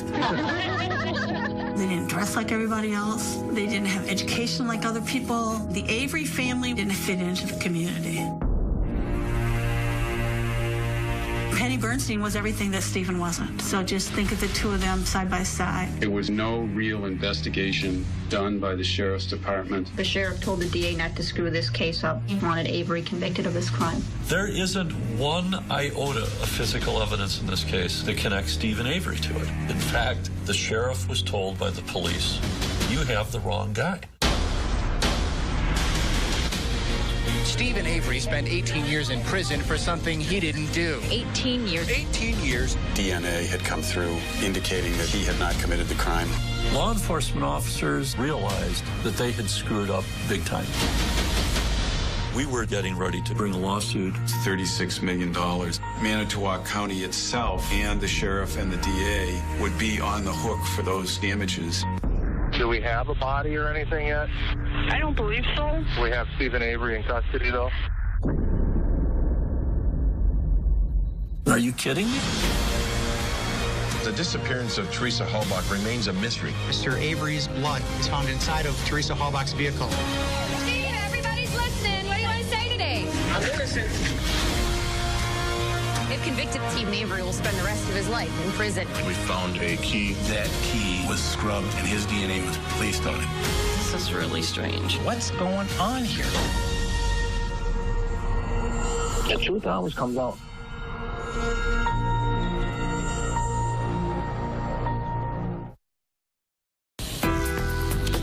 Now, after seeing that, you might walk away thinking that the system got it wrong, that Stephen Avery was wrongfully convicted not once but twice. But was he? Some say justice was served in the Teresa Halbach murder, and Avery is right where he deserves to be, behind bars with no chance of parole. Well, today we're going to go beyond the documentary that some have called one-sided. We have exclusive interviews with some of the most controversial and critical players in the case and footage that you have never seen before. At the end of this hour, see where you stand on this story. Now, to understand why Avery is where he is today, we have to go back over 3 decades to 1985 when Stephen Avery was a 22-year-old young man with a loving wife and 5 beautiful children. But Avery's family life was shattered when a local woman was brutally beaten and raped, and he was arrested for the crime. Daily Mail's Chris Spargo and WBAY Wisconsin's Emily Matesic take us back 3 decades. Take a look. In 1985, Stephen Avery was 23 years old and was sentenced to 32 years in prison for sexual assault. Stephen Avery was no stranger to the law and even had served time behind bars before this 1985 conviction. While Stephen Avery was awaiting trial in this assault case and out on bail, a woman in the community, Penny Bernstein, was out for a jog one day by the water. Penny was a prominent citizen of the community, and one summer day, as she was jogging on the shore, a man in a leather jacket dragged her into the woods, sexually assaulted her, and left her for dead. During the attack, Penny Bernstein was beaten so badly that she could barely see, yet she still was able to identify Stephen Avery in a lineup. When this happened, I think the sheriff just wanted to get quick results and get a suspect behind bars. It was the only time in 20 years of criminal defense practice that I ever saw a sheriff that involved in a case from day one. Stephen Avery went to prison but always maintained his innocence. While Stephen Avery was in prison, his life fell apart. His wife divorced him, and he essentially missed seeing his kids grow up. 18 years into his prison sentence, however, he's exonerated when DNA evidence proves there was actually another man, Gregory Allen. Little did everyone know that this was the beginning of a news story that would span 3 decades. Well, after being labeled a violent rapist and sitting in jail for 18 years, Avery finally walked free.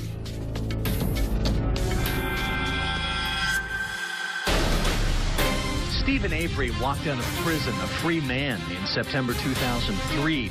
Students at UW-Madison worked through the Wisconsin Innocence Project to get the DNA testing that freed him. Steve Avery spent 18 years in prison for a rape he didn't commit. Oh, hello. How are you? Pretty good. How's it feel? It was wonderful. Oh, God. Oh, Steve. An innocent man was taken from his home, taken from his family, accused of crimes he did not commit. It was rough, though, 18 years. But I do it day by day. Well, Avery became a local hero. His story on the news almost every night as he stood elbow to elbow with senators and high-profile officials. The documentary depicted him as a man who just wanted to work hard and move on with his life. But a year later, Avery filed a $36 million lawsuit against Manitowoc County for wrongful imprisonment. They weren't just going to let Stevie out. They weren't going to hand that man $36 million. They weren't going to be made a laughingstock, that's for sure. And something in my gut said they're not done with him. Something's going to happen. They're not handing that kind of money over to Steve Avery. The one thing we didn't tell him is that you have to be careful when you bring a lawsuit against a sheriff's department in a community where you still live, because you could end up getting charged with murder. But Avery's life of peace and freedom did not last long, ironically. A year later, before his lawsuit was settled and after various law enforcement officials had been deposed about his wrongful conviction, Stephen Avery was arrested again. We have some breaking news. Have you seen this woman? 25-year-old Teresa Marie Hallbach was last seen Monday afternoon. Investigators say she visited 3 different private homes to take pictures of cars for Auto Trader magazine. Ironically, Hallbach's last stop Monday was at Stephen Avery's home. Easy, take a picture, collect the money, and that's about it. Right now, police are conducting an aerial search of the land from Manitowoc to Green Bay. They're hoping to locate Teresa's car. Tonight, the cops come in. They asked me if I remember anything. They checked the house all over. Everything was fine, and they left. Police announced that they found Teresa Hallbach's car, and they say they found it on Stephen Avery's property. Hallbach's car, found in this salvage yard over the weekend, is where some of the evidence is coming from. Investigators say DNA tests are included in the work the state crime lab is doing to help figure out what happened. It all comes back and all memories and everything else in there to schedule me out again. Deep down, it hurts. Investigators said today they found the remains of an adult female on the Avery family property in Manitowoc County. Investigators now say they've not only found several pieces of evidence that prove Stephen Avery did kill Teresa Halbach, they say he tried to cover it all up. It is no longer a question who is responsible for the death of Teresa Halbach. Avery's family believes police planted evidence in and around the salvage yard. They hate me that much to frame me. That ain't me. I'm innocent. So is Stephen Avery a monster capable of this heinous crime, or was an innocent man framed by law enforcement who had plenty of reasons to want to lock him up and throw away the key? Well, today we're going to try and get just a little bit closer to the truth. I spoke to Stephen Avery's ex-fiancée, Sandra Greenman. Now, she's Stephen's biggest supporter, and she spoke to him just a day or two ago. Now, you'll also hear my exclusive interview with former Manitowoc County Sheriff Kenneth Peterson. He's speaking out about the case for the very first time since Making a Murderer was released in December. Now, joining me today is Emily Matesic, a reporter from our affiliate, WBAY Channel 2 in Green Bay, Wisconsin. Now, she was on the ground covering this story and one of the first to look Stephen Avery in the eyes while he awaited trial for Teresa Halbach's murder. Avery said he had nothing to do with Halbach's murder, and tonight he continues to claim his innocence. Not Did at not all. kill Teresa Halbach. Not at all. You didn't assault her in any way. No.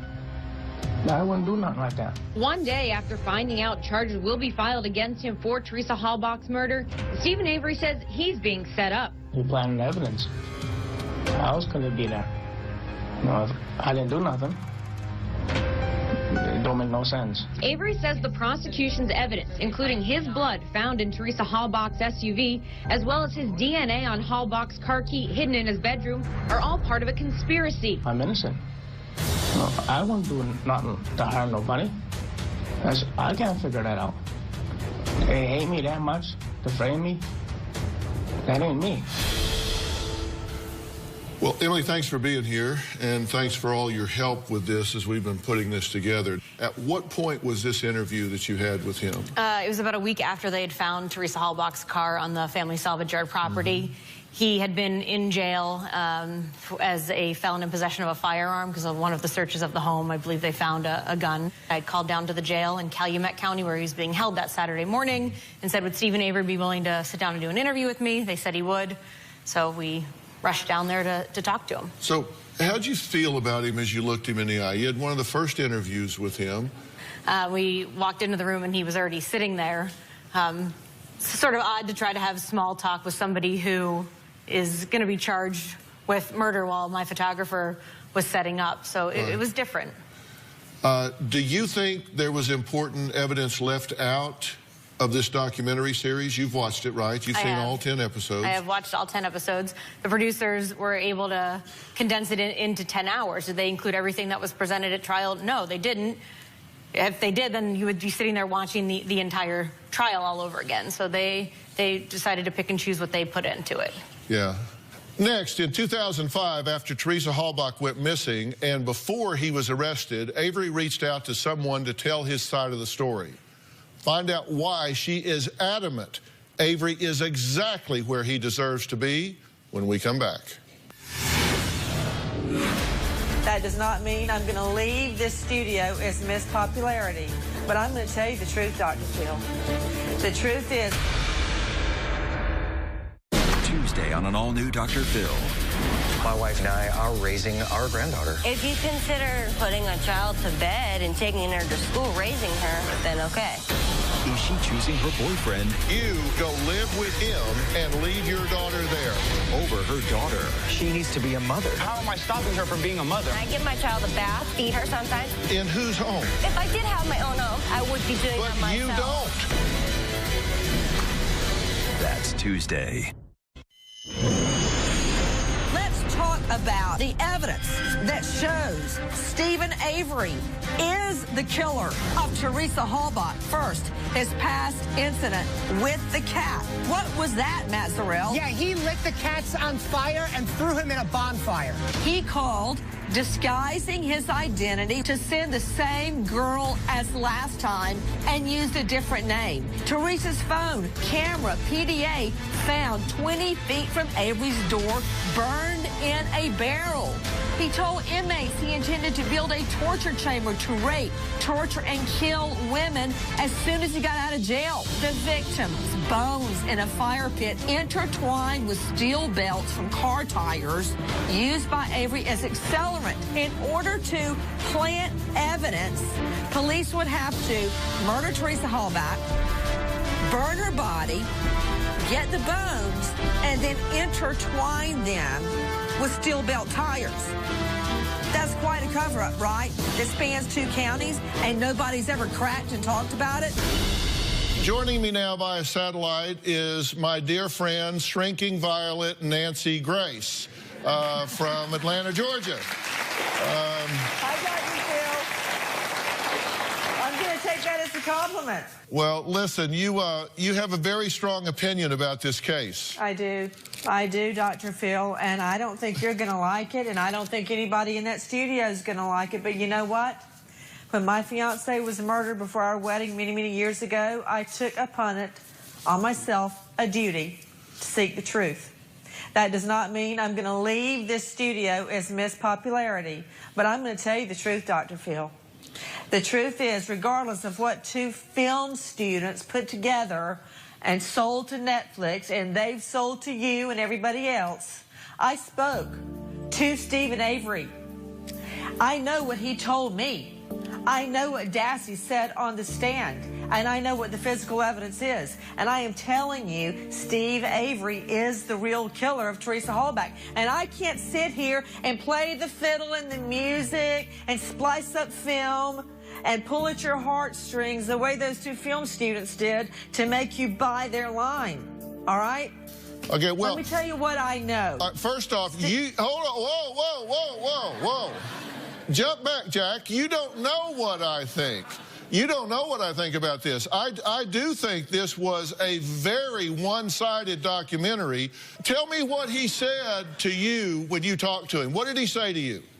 He told me, contrary to what he's told other people, that Teresa Halbach was at his salvage pit that day. What the jury never knew is that she told her coworkers she was afraid of him.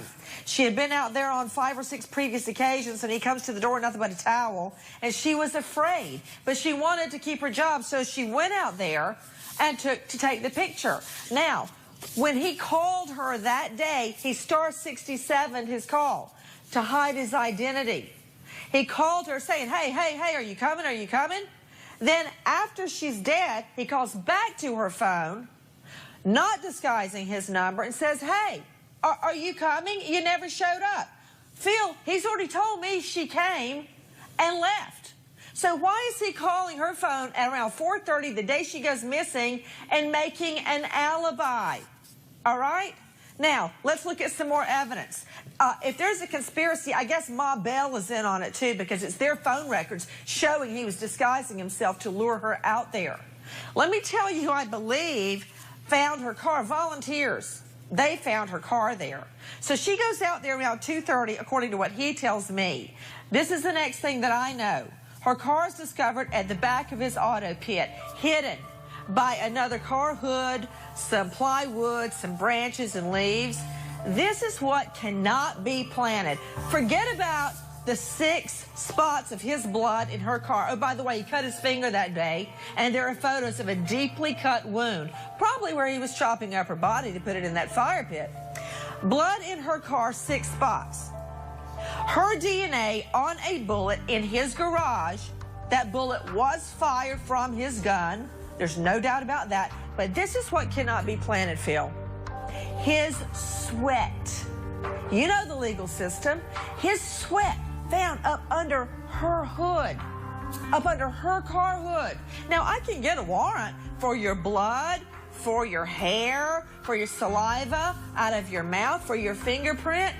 So far, we don't have a way of extracting your sweat. So how do police plant his sweat under her car hood and it gets hidden at the end of his lot? Another thing, the human body, you're born with about 270 bones in it. All of her skeleton is found in his fire pit. One of her teeth and one rivet off her Daisy Fuentes jeans found in his fire pit. Okay? He had talked to other people about the perfect torture chamber for women to rape, torture, and murder them. The nephew, Dassey, convicted of raping her, his confession fits perfectly with the forensic evidence. If he wasn't there, how did he know what happened? Those are just a few questions I'd like to pose, Phil. And later, if he was acquitted somehow, you felt certain he would murder someone else in the future. Yes. If you were face to face with Avery right now today, would you have anything to say to him?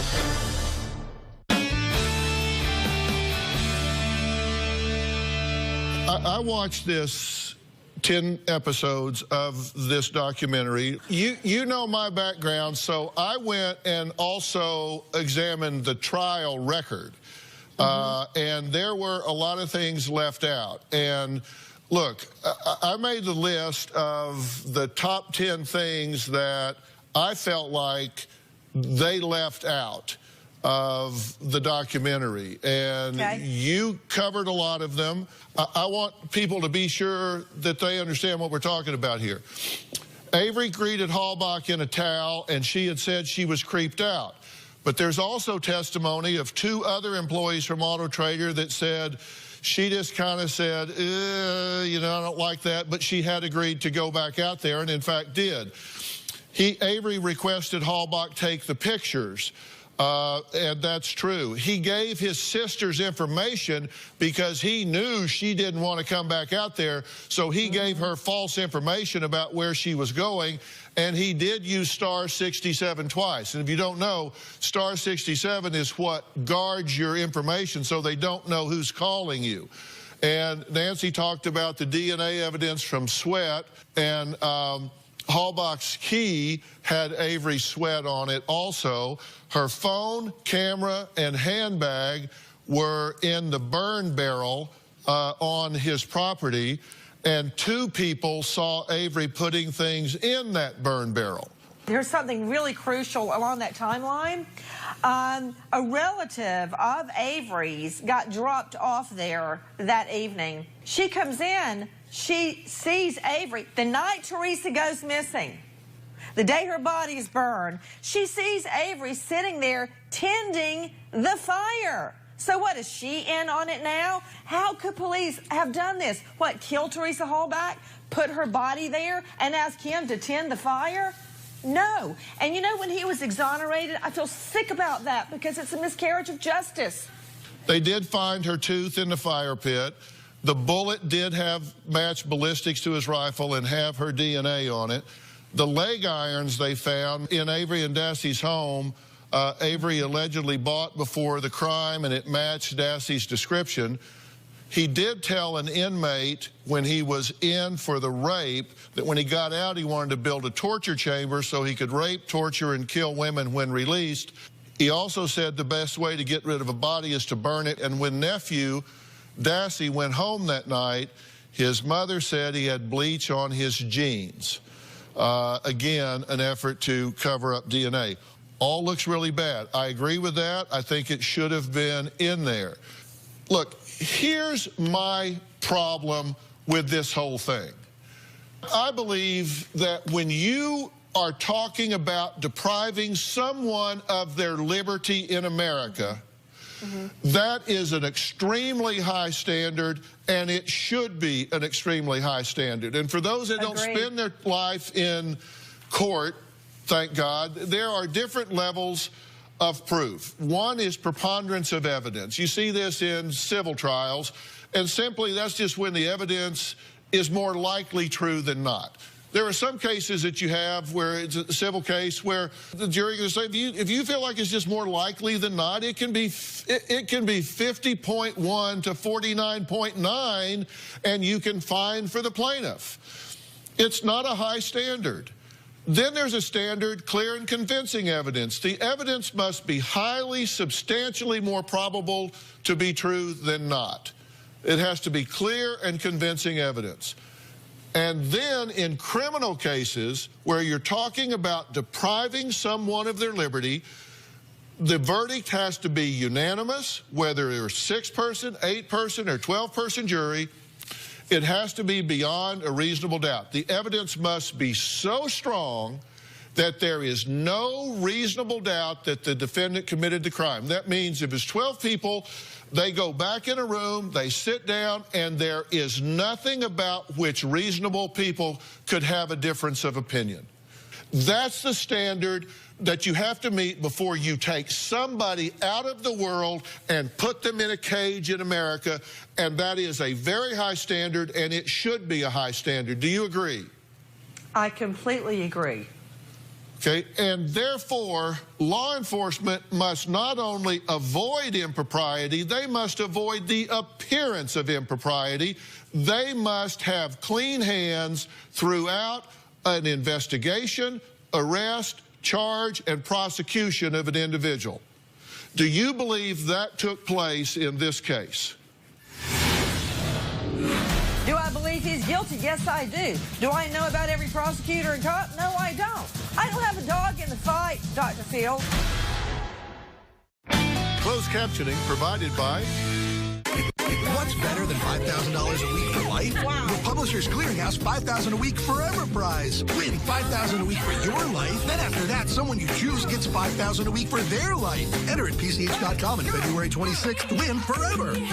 Old-fashioned vitamins are out. Vitafusion for women is in. Support for energy metabolism and strong bones is always in style. It's essential nutrition women need infused with natural flavors. That's Vitafusion. It's a new day for women's nutrition. You're going to love it, guaranteed. Law enforcement must not only avoid impropriety, they must avoid the appearance of impropriety. Do you believe that took place in this case? I don't know, and I'll tell you another. You just said reasonable doubt. I am convinced beyond a reasonable doubt, based on science and the logistics of this and common sense, that Steve Avery killed Teresa Halbach and that Brenda Dassey raped her and chopped off her hair, and they shot her in the head and chopped up her body and burned it. I'm convinced of that. Now, about the integrity of every police officer and prosecutor that worked on this case, I cannot vouch for them. I also know that this conspiracy that is now including Manitowoc County, you got to believe Calumet County, another group of law enforcement, are also in on the conspiracy. Not necessarily. That's 2 sets of cops and prosecutors. And you got to believe the phone company had something to do with it. And, I mean, it goes on and on and on. This is getting to be a pretty good conspiracy. Not really. Long Not story really. short, you're asking me 2 different things. Do I believe he's guilty? Yes, I do. Do I know about every prosecutor and cop? No, I don't. I don't have a dog in the fight, Dr. Phill. I don't have skin in the game. I'm telling you what I see and how I call it, and that this is the truth. Okay, well, let's look at some footage here about the interrogation of Brendan Dassey. Let's look at this clip for just a minute. This is the nephew that supposedly was there with Stephen Avery at the time of the murders, that supposedly raped her and also supposedly cut her throat. We have the evidence, Brendan. We just need you to be honest with us. Daddy cut off her hair. He cut off her hair. Okay, what else? What else was done to her head?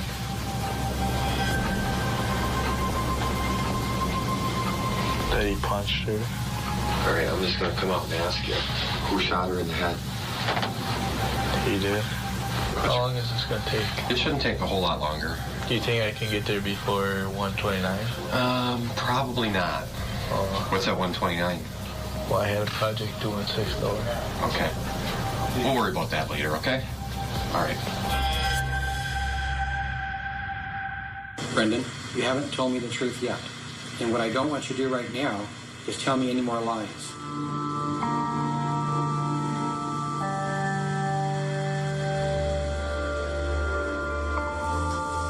Is there anything missing from the statement here? Is Teresa in that statement? No. you want. Well, that's not true. Those words, I can't help you at all.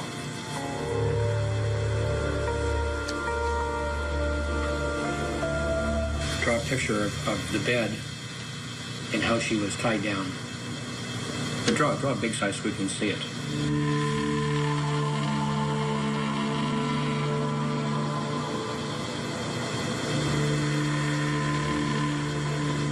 Hi there, this is Michael Kelly. I'm with Brendan right now. Oh, quite well. Quite well. Very well. He's given a detailed statement. Okay, Nancy, here's my problem. This young man is obviously intellectually challenged, okay? His lawyer allowed him to be interrogated not once, not twice, but 3 times. The lawyer knew he was being interrogated and allowed it to happen without a lawyer there to represent and protect this intellectually challenged young man. Then O'Kelly, who testified under oath, along with Kaczynski, said, we were working with the prosecution. We were cooperating with them to get him to confess because it would make a better case against Stephen Avery. Now, my point is that Brendan Dassey did not have proper protection in counsel, interrogated 3 times by prosecution without counsel there. And so you ask me, do I think that Stephen Avery did it or didn't do it? I don't know, because he is yet to have a fair trial. What if you're dead and buried and there's nobody to speak on your behalf? What about that, Dr. Phill? Tuesday on an all-new Dr. Phill. You go live with your boyfriend and leave your parents raising your daughter. If you consider putting a child to bed and taking her to school, raising her. That's Tuesday. A major break in this case tonight as authorities plan to charge that 16-year-old boy. Why do you agree to everything then? Because I'm stupid, I told you. Okay, see, you're asking me, was Dassey mistreated? I don't know. Maybe I saw something different than you did, but I didn't see him tricked, beaten, coerced, threatened, nothing. In fact, his lawyer knew he was there. His mom knew he was there. The police told them. He chose to speak to them. Of course, he's looking down and fidgeting. Who wants to admit they had anything to do with a rape? They had to tell him they shot her in the head. He didn't even know that till they had to feed him the answer before he could confess to it. They said, who shot her in the head? He said, Avery. Okay? And all the questions leading up to that, he was answering. They were not giving him leading questions. So here are 2 different issues. Should his lawyer have been there? Yes, but under the Constitution, can you talk without your lawyer there? Yes. Did they tell the lawyer that he was going to be there? Yes. Did they tell his family? Yes. He spoke to them anyway. So what was used against Avery at trial was not him testifying against Avery. That's unconstitutional. That did not happen. They used the confession. Okay, Dr. Phill, you were trying to ask me, was Dassey mistreated and somehow leaked to, was Avery wrongfully convicted? Avery killed Teresa Hallback. I thought that's what we were trying to get at. The truth of her murder. That is the truth of her murder. Now, to go back to Dassey, I would have to see evidence other than him saying, Mom, I'm just stupid. That's why I said it. He and his mother didn't even know what inconsistent meant. Okay. So you Does that mean he didn't rape her? That means he doesn't understand the effect of his answer and that he is easily manipulated. I could have gotten him to confess to the Irish potato famine. You know what? You can all clap at that and you can all laugh at a joke, but Teresa Hallback was raped and murdered. And he raped her. Now, would I be happier if his lawyer was there during this? Yes, I would. But that does not mean Avery did not murder her. And I'm not going to be tricked about this. Avery murdered her. Well, This was a false and coerced confession, in my opinion. I don't know that it was false. You really think he did not rape her in your heart of hearts, Dr. Phill? I don't know that she was... You really believe that? I don't know that she was raped. Dr. Phill, everything... How do you know that she was raped? Everything that Dassey said fits with the forensic evidence. What, was he on it with the cops too? No, really? That's not my point. My point is that these people deserve to have a fair trial. I agree. And if at the fair trial they are convicted, put the son of a bitches under the jail. That's what I'm saying, but give them a fair trial. You can't tell whether they did or they didn't. Do I think Steve Avery may be guilty here? I think there's a good chance this guy is guilty. Whether Dassey was involved, I don't know, because he was fed so much, you don't know what he did or what he didn't do.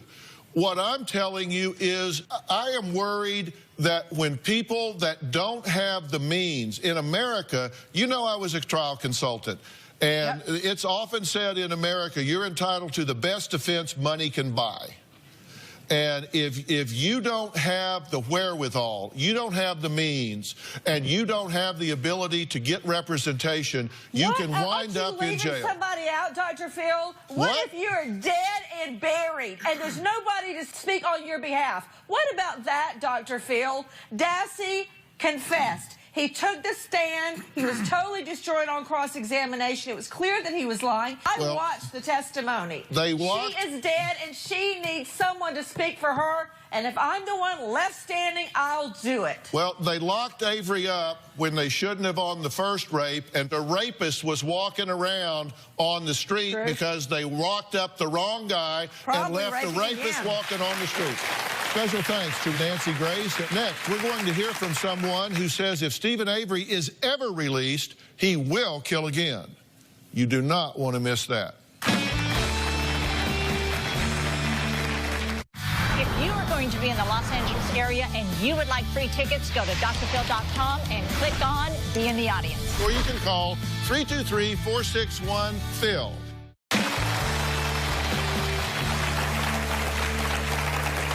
Earlier today, I spoke to retired Manitowoc County Sheriff Kenneth Peterson from his home in Wisconsin.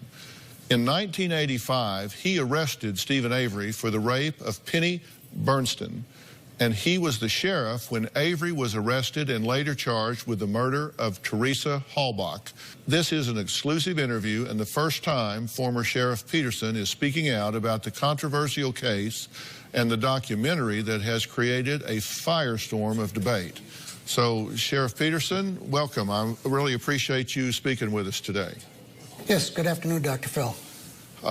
You probably well know that I am a huge supporter of law enforcement and always have been and always will be. So I always come into these things thinking that you guys stand in the gap and do the right things at the right time. So I admit that up front. Question, have you seen the Netflix series Making a Murderer? Only parts of it. Uh-huh. When he was released after 18 years, did you have any guilt for arresting an innocent man? No, none whatsoever. I was just doing my job. Did you ever apologize? To Stephen, no. Yeah. Do you think you owe him an apology for that? No, not at all. I didn't do the investigation in that case.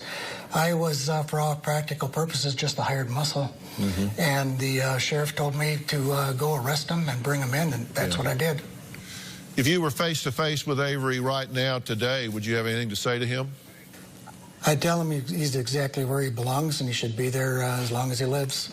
And you think the police did their job fairly and equitably? Absolutely. I have no reason to doubt the integrity of Detective Link or Coburn. I've found them over the years to be very capable and forthright detectives. I wouldn't question their honesty at any time. Do you recall when you were testifying in this case, you believed that not only was Stephen Avery guilty, but that you opined that if he was acquitted somehow, you felt certain he would murder someone else in the future? Yes. That's a pretty strong statement from a law enforcement officer. What made you feel so strongly about Stephen Avery? His history. I've looked over his history, and he had no prior murders before. He had no prior assaults with deadly weapons before. He had no attempted murders before. He had only been incarcerated for one serious felony and was exonerated from that. So what in his history made you believe if he was acquitted of this murder, he would kill someone else? Well, when you go back to the burning of the cat and the confronting the woman on the side of the road with a shotgun. And the shotgun, when he ran his sister-in-law, I guess it was off the road, the shotgun, it's unclear if the shotgun was ever loaded or pointed at her, right? That's debated, but he certainly didn't shoot at her, correct? No, he did not shoot, but I do believe he did point it at her. Okay. Did you also say there's no way we framed Stephen Avery? It would have been a whole lot easier to just kill him than to frame him?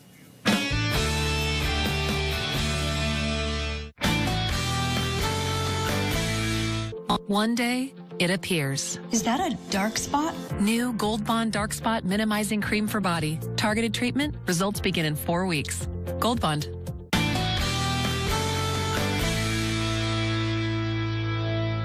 Want to know what's coming up on Dr. Phil? Visit our website and subscribe to our email newsletter. You'll get weekly updates, life strategies, and exclusive video that you won't find anywhere else.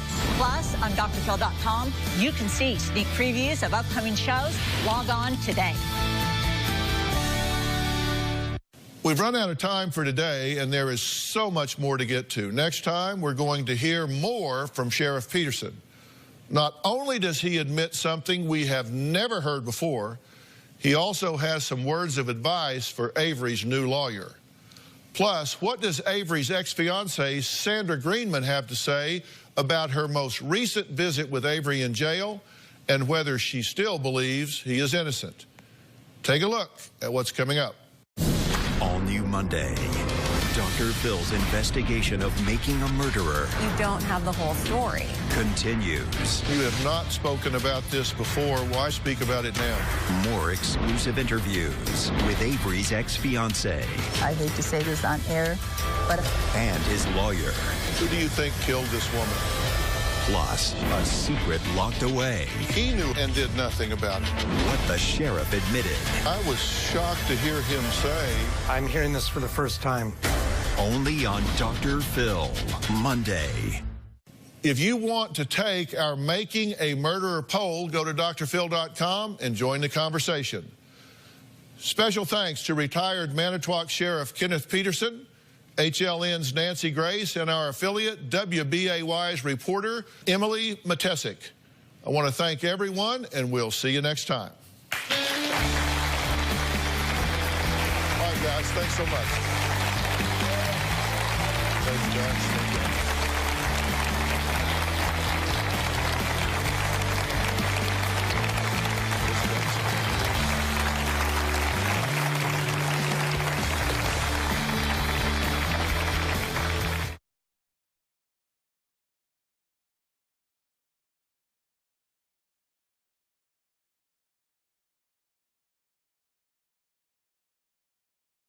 Today on an all-new Dr. Phil. Is this Daddy's little girl? Aubrey loves girl toys. Aubrey is female. Or Mama's little boy? He didn't want to wear dresses. Aubrey's boy. The child was born intersex. They're raising Aubrey as both a boy and a girl. What do you want to be? Do you want to be a girl? It's heartbreaking to see Aubrey like that. What's heartbreaking to me is you're interrogating a 4-year-old. Let's do it. Have a good show, everybody. Here we go. This is a safe place to talk about hard things. Stand by. We'll count you down. I'll try to be an emotional compass and point you in the right direction. 5, 4. I am not giving up on you.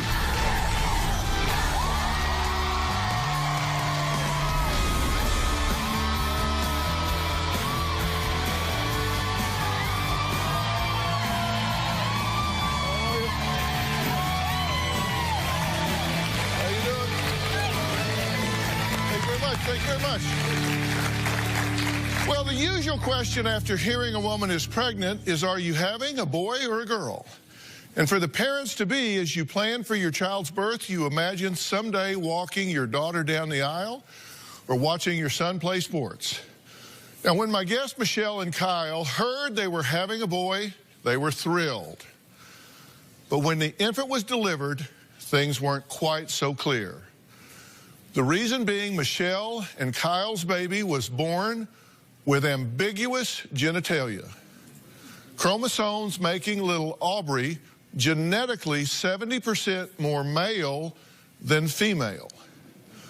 Confused, the young couple went through a whirlwind of specialists and doctors and eventually decided on surgery to raise Aubrey as a girl, which they did for the first 3 years of her life despite divorcing.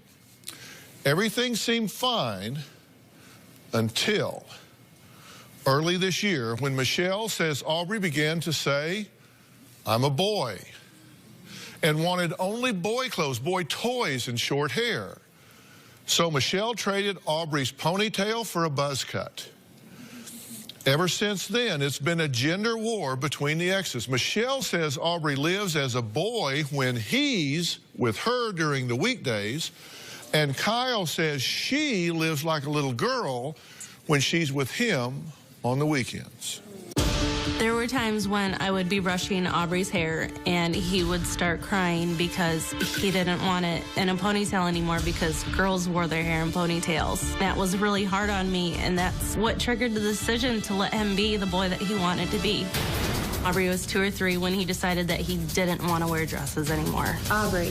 What? So, what do you want to be? Boy. About 4 months ago, I picked up Aubrey and I saw that her hair was chopped short and she was also wearing boy clothes. I was extremely frustrated. Your daddy says that you like to wear girl clothes when you're with him. No.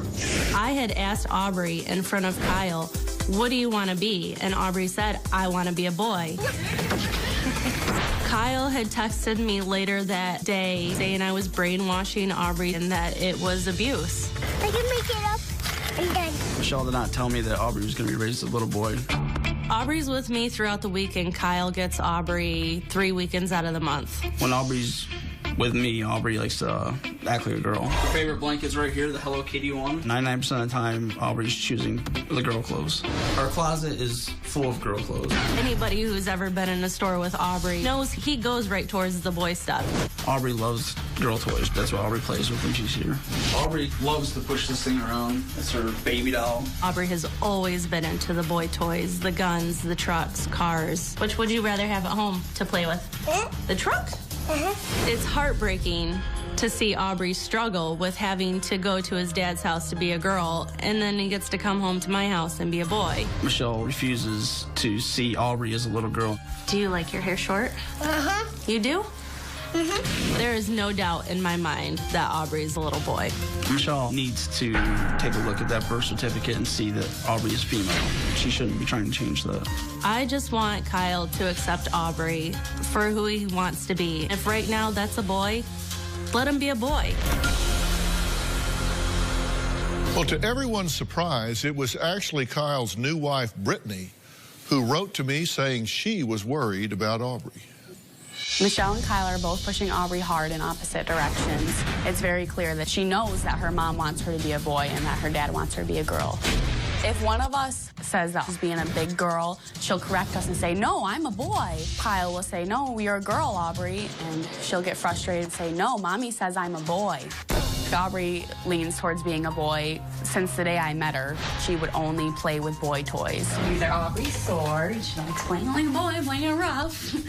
Really getting it and digging at the ground. I've known her since she was 2, and I'd never seen her touch a baby doll.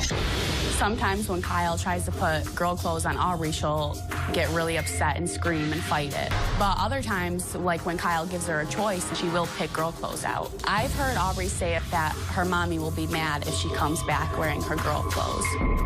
Aubrey's room at our house is pretty girly, but she never complains about it. This is her bed. She has her pink pillows, her pink blanket, her pink bed, but underneath, what she actually likes to sleep with, her blue blanket. I've taken Aubrey aside and asked her, are you a boy or a girl? And she will tell me that she doesn't know. Sometimes she'll say I'm a boy, but she has never said that she's a girl. When we take Aubrey to playgrounds, she chooses to play with boys over the girls. She definitely plays like one of the boys. She's very rough and tough. Kyle's a little bit closed-minded when it comes to Aubrey being a boy. He knows her as daddy's girl, so it's hard pill to swallow. As Aubrey gets older, she's going to start feeling worse about herself, trying to please both parents. Why are you so confident that this child wants to be a little girl? I'm confident. I'm not saying that Aubrey will want to be a 100% female.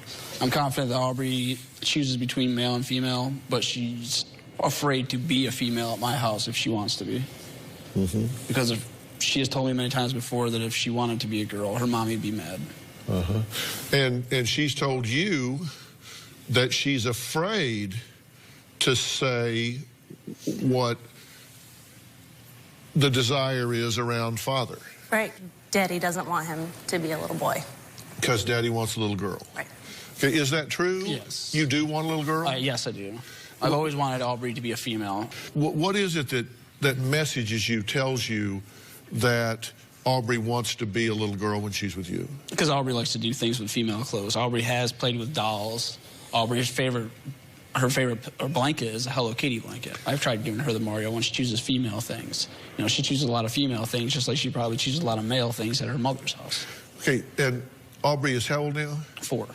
Have you programmed her as a little girl? I don't mean that in some kind of evil brainwashing way. Right. I've basically bought Aubrey many female things. I've let Aubrey, when we go to the store, Aubrey can choose whatever Aubrey wants, and that's what Aubrey gets. So if Aubrey chooses a boy toy, then she chooses, and I'll buy her a boy toy. If she likes video games, I'll buy her video games. Okay, and you don't believe that?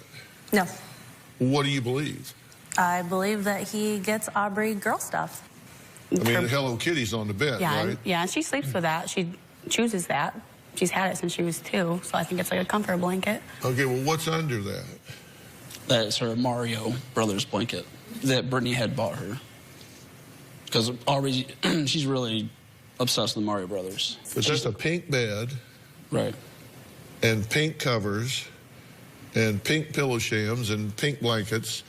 That's a little girl's bed, right? Correct. That's a societally defined little girl's bed. I'm not saying that's wrong. I'm just saying it, but that's what it is. And Michelle says Aubrey cried often about long hair after the bath, and you say you were heartbroken and you just couldn't ignore that. It tears me up, because just to hear the pain in her cry when I would brush her hair because she didn't want a ponytail, because girls wear ponytails. And I tried showing her pictures of little boys with ponytails too. You know, I'm like, boys can wear ponytails, it's okay. Yeah. He didn't care. He wanted his hair cut, and that was really the breaking point for me. I was like, I can't do it anymore. I can't put him through that pain. And did you discuss that? I didn't even think twice about it. Honestly, I didn't care what Kyle would think about it, because I knew Aubrey would be happy. All right, well, we're going to take a break. Up next, Kyle's new wife, Brittany, reached out to me for help. How she found out about Aubrey's condition may surprise you.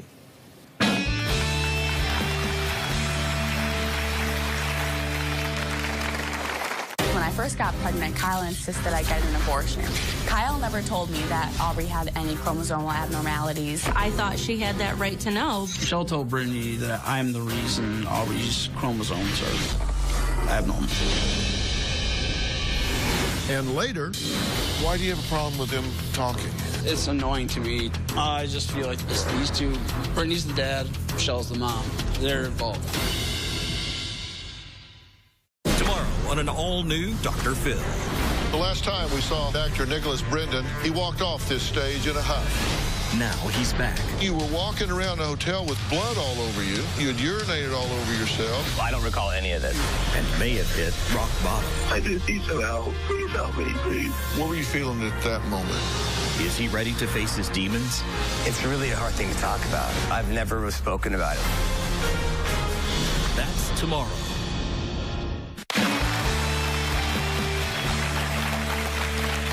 Brittany says her husband, Kyle, never mentioned that his child, Aubrey, from his previous marriage, was born intersex. Brittany says she found out during her own pregnancy when she got a call from Michelle. Kyle never told me that Aubrey had any chromosomal abnormalities. I didn't know anything was wrong with her. Well, I got pregnant, and he still didn't tell me, even when my doctor asked about any history. When I found out Brittany was pregnant, I got in touch with her to let her know about Aubrey. I thought she had that right to know because there was a possibility that this could happen to her child as well. I definitely didn't trust that Kyle would give her the facts about what was going on. I had to confront Kyle about it. Michelle told Brittany that I'm the reason Aubrey's chromosomes are abnormal. He was very upset that I brought it up. He said that there's nothing wrong with Aubrey. She's perfectly fine. I believe Michelle was starting problems between Brittany and I because she was jealous Brittany was pregnant. One thing that really upset me was when I first got pregnant, Kyle insisted I get an abortion. He said it was because we weren't at a good place, but I think deep down he didn't want this to happen again. What happened with Aubrey was not my fault. Okay. What was your reaction to all of this? I freaked out because I had no idea. And then she told me, and my jaw just dropped to the floor. Did you think he lied to you by omission? Yeah. Yeah, he just didn't want to tell me. Yeah. Why did you not tell her? At the beginning, when our first relationship first started, I never told her about Aubrey because of the fact that I didn't feel I was ready to. I didn't want to put Aubrey in that type of situation where she'd be judged. So at the time when Brittany asked me about if my family has any abnormalities or anything on my side of the family that could affect the child, I did not put Aubrey into the situation, I guess. I didn't think of Aubrey's situation would refer to Brittany. You didn't think that was something she ought to know about? Well, I didn't. No, I at the beginning, I didn't think Aubrey or Brittany should know about Aubrey's condition because I wasn't ready to tell Brittany. What you have here is a multiple diagnosis for the child, right?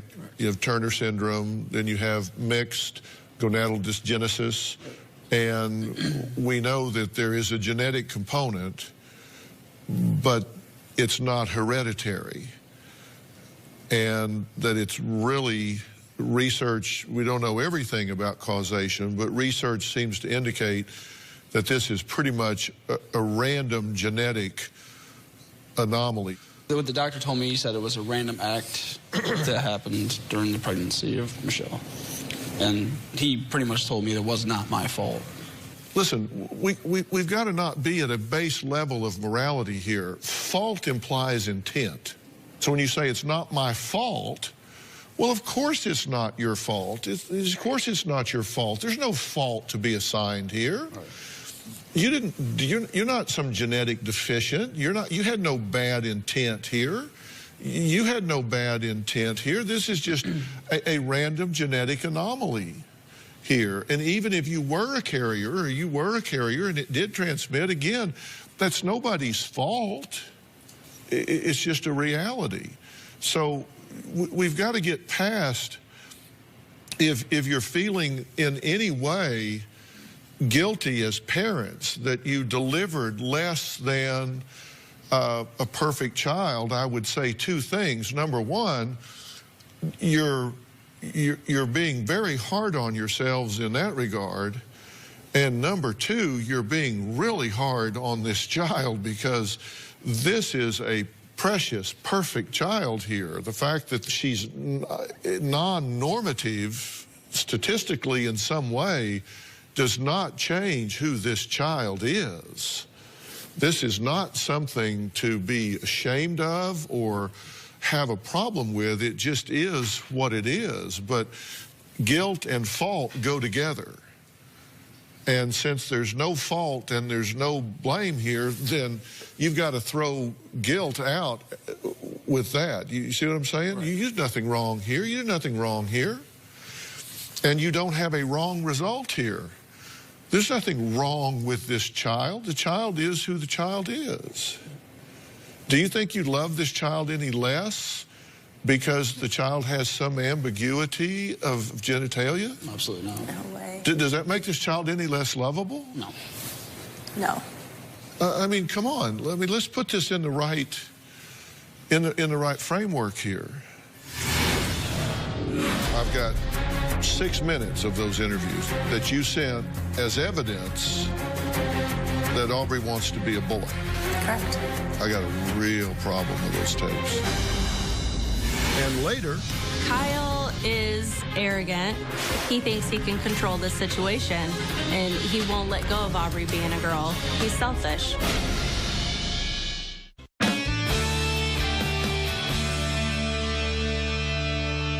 I feel like you're saying things to the child now that are creating some pressure. And here's what I've said in terms of boy message. This is a message from Michelle to Brittany, March 13th of this year. Michelle, does Aubrey ever say she is a boy to you guys? I know when she is with me, she says she's a boy quite a bit.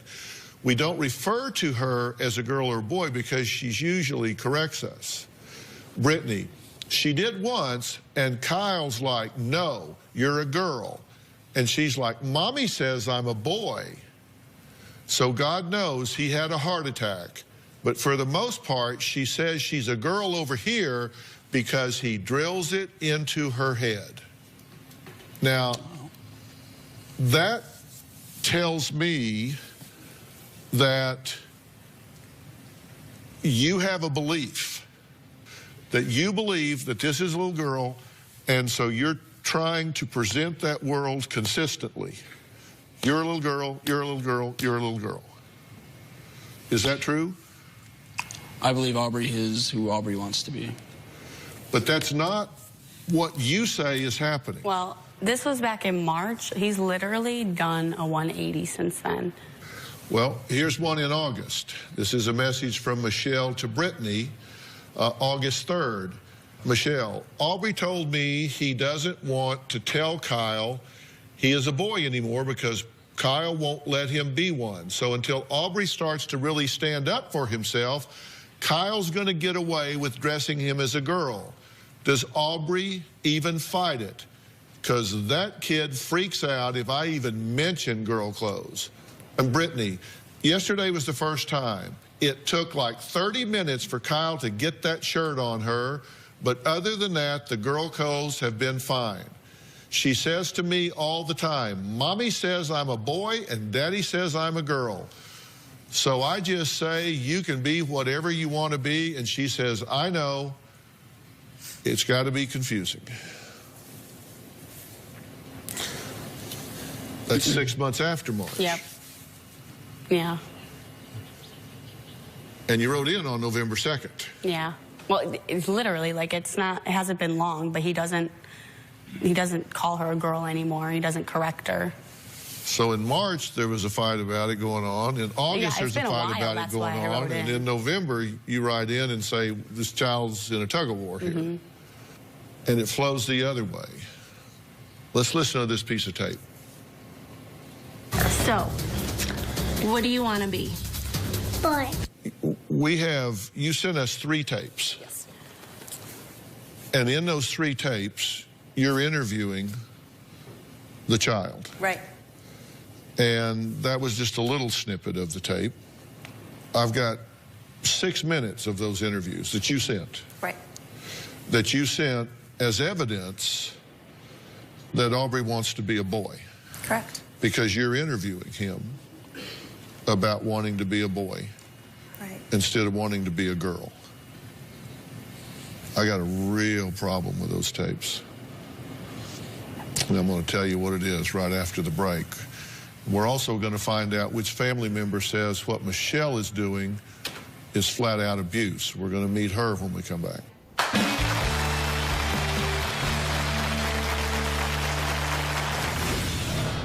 Out of the blue, I got a message from my ex-mother-in-law asking me what the I did to her granddaughter. It totally caught me off guard. I haven't spoken to her in almost 4 years. Oh, this lady. Closed captioning provided by It's just a cough. If you could see your cough, you'd see just how far it can spread. Robitussin DM Max soothes your throat and delivers fast, powerful cough relief. Robitussin DM Max, because it's never just a cough. I tried Depend last weekend. It really made the difference between a morning around the house and getting a little exercise. Only Depend underwear has new Confidence Core technology for fast absorption and the smooth, comfortable fit of FitFlex protection. Get a coupon at depend.com.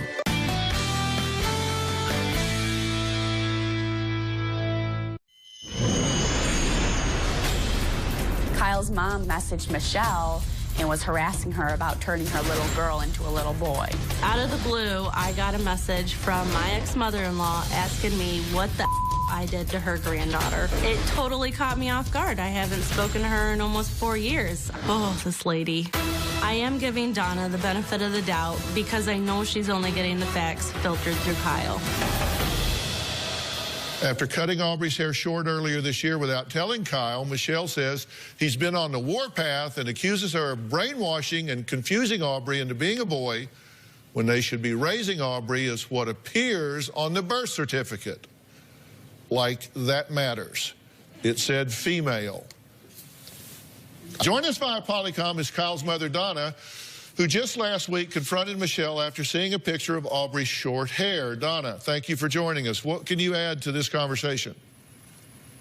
Dr. Phill, I find it very disturbing that Michelle would say that I was harassing her.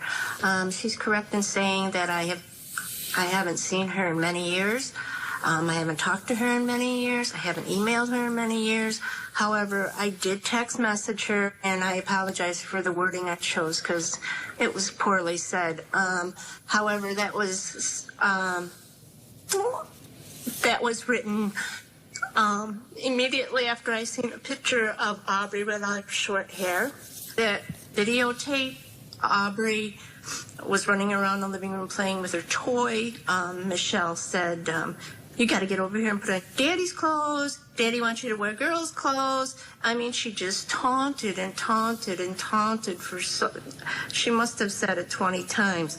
She's 4 years old. Let her be a child. Let her be a child and enjoy her childhood instead of having to worry about what she's going to do to upset somebody else. I'm worried about Aubrey, and I can see that you are as well. Brittany says the conflict between Kyle and Michelle over how to raise their 4-year-old child, Aubrey, is about more personal reasons than parenting reasons. Kyle swears that he hates Michelle because she divorced him. Brittany and I are able to vent to each other about Kyle. We can communicate with each other. I like Michelle. She's like my big sister. Brittany has been my saving grace. Kyle thinks we should have nothing to do with each other and we should hate each other. Kyle should be happy that Brittany and I get along so well. He hates the fact that we even talk. When Michelle's name is brought up, Kyle's tone automatically goes to bitter and angry. Kyle will call her a bitch, bag, a slut. I get very annoyed with Kyle. She is the mother of Aubrey, and I'm the mother of his son. Kyle has threatened to divorce me if I continue talking to Michelle. To me, that's a huge thing, that she's willing to risk her marriage for the sake of Aubrey's happiness. Brittany is amazing as a stepmom for Aubrey. I really couldn't ask for anybody better to be in Aubrey's life. Why do you have a problem with them talking? I just feel like there's mixed information being passed behind my back that I'm not being involved in. That has to do with my daughter. This seems like a really good thing in the co-parenting world. Right. You've got these two that actually are advocating for the child together, and they get along and they like each other. But when I'm not involved with with Aubrey, but like what goes on at Michelle's house, I'm never involved in. It's Right. These two. Brittany's the dad, Michelle's the mom.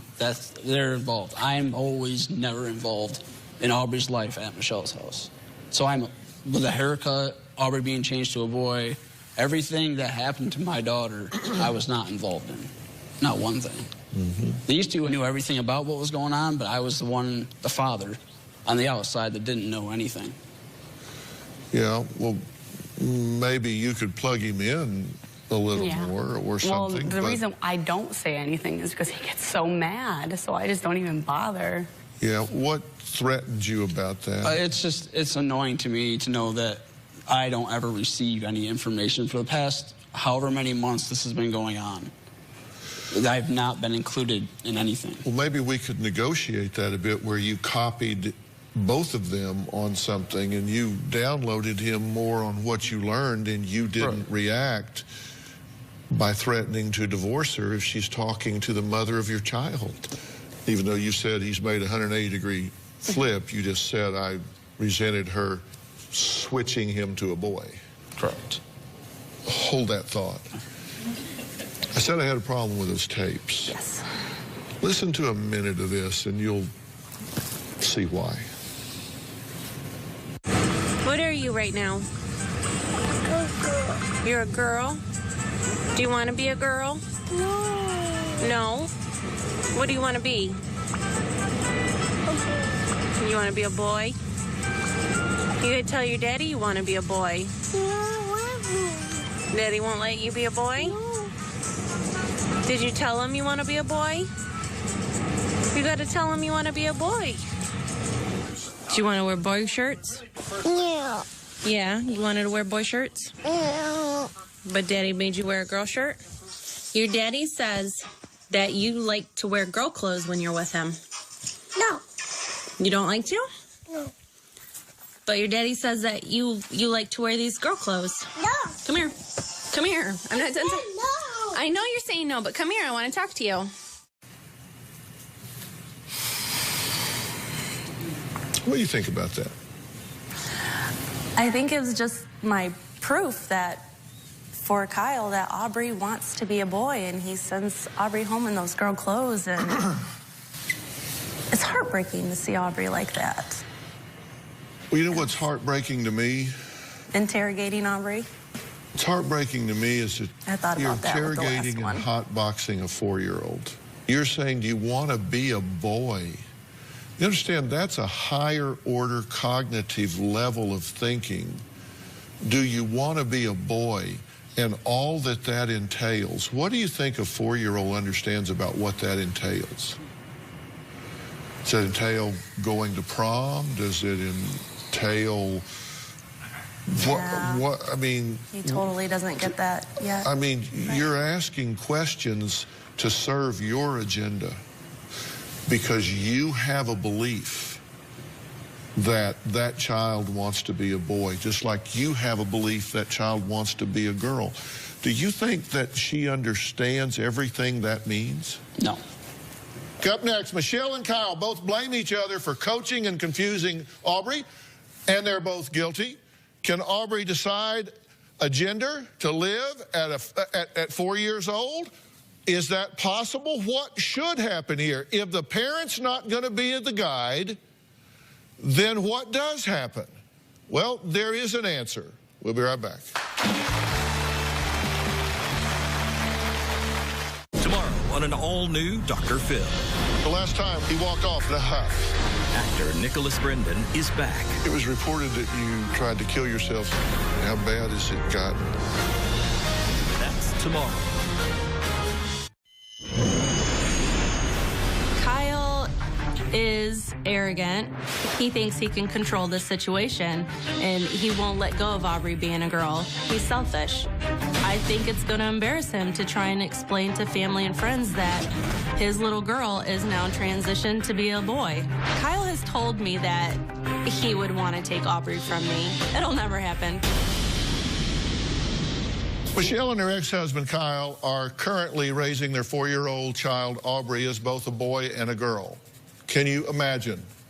You're 4 years old, and one day you're being raised as a boy, another day you're being raised as a girl. Can you imagine the identity crisis, the confusion that you would go through if you're trying to define yourself at 4 years old and find your place in the world? To Michelle, Aubrey is he. To Kyle, Aubrey is she. I want to add someone to the conversation, Dr. George-Ann Davis. She's assistant professor of sociology at the University of Nevada, Las Vegas, and she's president of the largest support group for intersex adults, youth, and families in the entire world.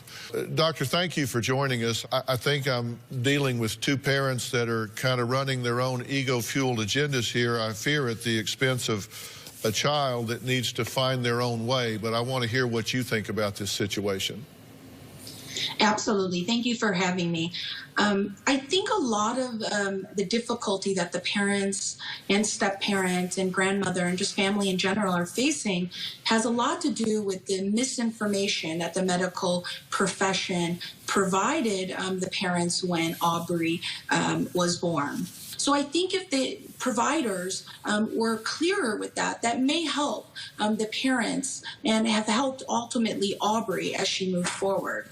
The other thing as I was listening to the parents is I would strongly encourage them to avoid talking about toys as boy toys or girl toys or boy clothes or girl clothes, but instead just think about them as toys and clothes.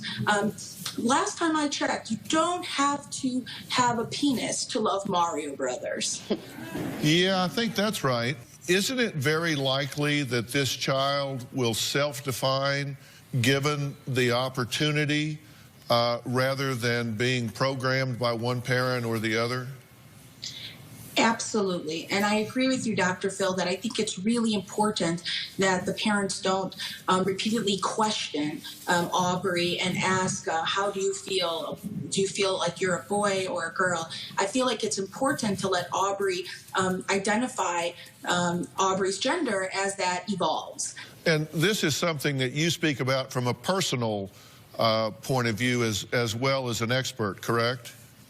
Absolutely. So I have an intersex trait. I have a complete androgen insensitivity syndrome, meaning I was born with XY chromosomes that was not discovered until I was in about teenage years of my life, where I wasn't beginning to menstruate. And then upon further examination, it was discovered that I had internal testes and I didn't have a uterus. So I was, like many intersex people I know, I was confused about why I wasn't told the real diagnosis. So that would be another bit of advice I have for the parents, is to make sure they're being open and honest with their child, because that can cause a lot of shame. Doctor, thank you very much for joining us today. So what is the answer here? We'll talk about that when we come back.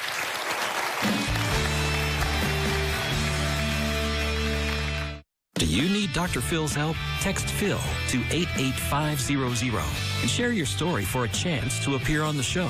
Standard message and data rates may apply. We have a lot of fun here in the studio audience. If you're going to be in the Los Angeles area and you would like free tickets, go to drphil.com and click Be in the Audience, or you can call 323-461-PHIL.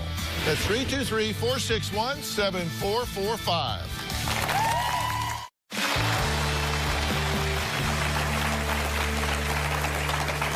You have a belief that this child wants to be a little girl. You have a belief that this child wants to be a little boy. You can't know because Aubrey can't know. The child is 4. And the child may be 100% one way one minute and 100% another way next year. What you have to do is focus on the fact that you have a child.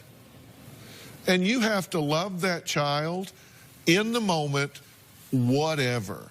And there should be no ego investment on your part whatsoever as to whether that child chooses to define as a little girl or a little boy in that moment. I mean, look at this. It's my favorite. I mean, how much better does it get than that? What do you care whether that turns out to be little boy, little girl? What do you care? What you care is look at the spirit in those eyes. Look at the joy in that face. When I see that picture, Dad, you've done a hell of a lot right. Can I Mom, tell you about that you've picture? done a hell of a lot right, because I look at the joy in those eyes and that smile on that face. Y'all have done a hell of a lot right. So, I mean, Doesn't matter. Doesn't matter. What I'm saying is the two of you have a unique challenge before you. And that child needs a unified front between you two. And the fact that you've married a class act over here that steps up and gets my attention, and then I get the doctor's attention, and you get here, and we bring all this together. Thank you. Thank you. Aubrey thanks you. Aubrey thanks you. And you know, you guys just, you're blessed with this child. Just meet her where she is when she's there. Meet him where he is when he's there. So can we do that? Absolutely.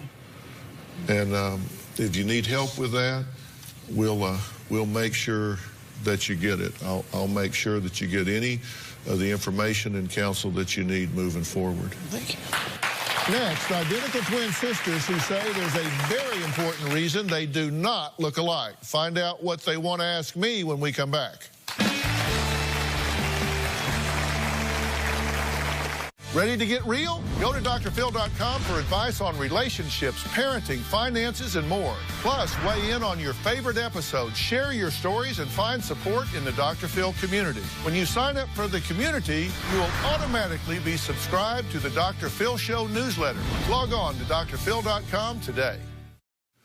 My next guests are identical twins who have competed with each other over academic achievements, marriages, and even their parents' love.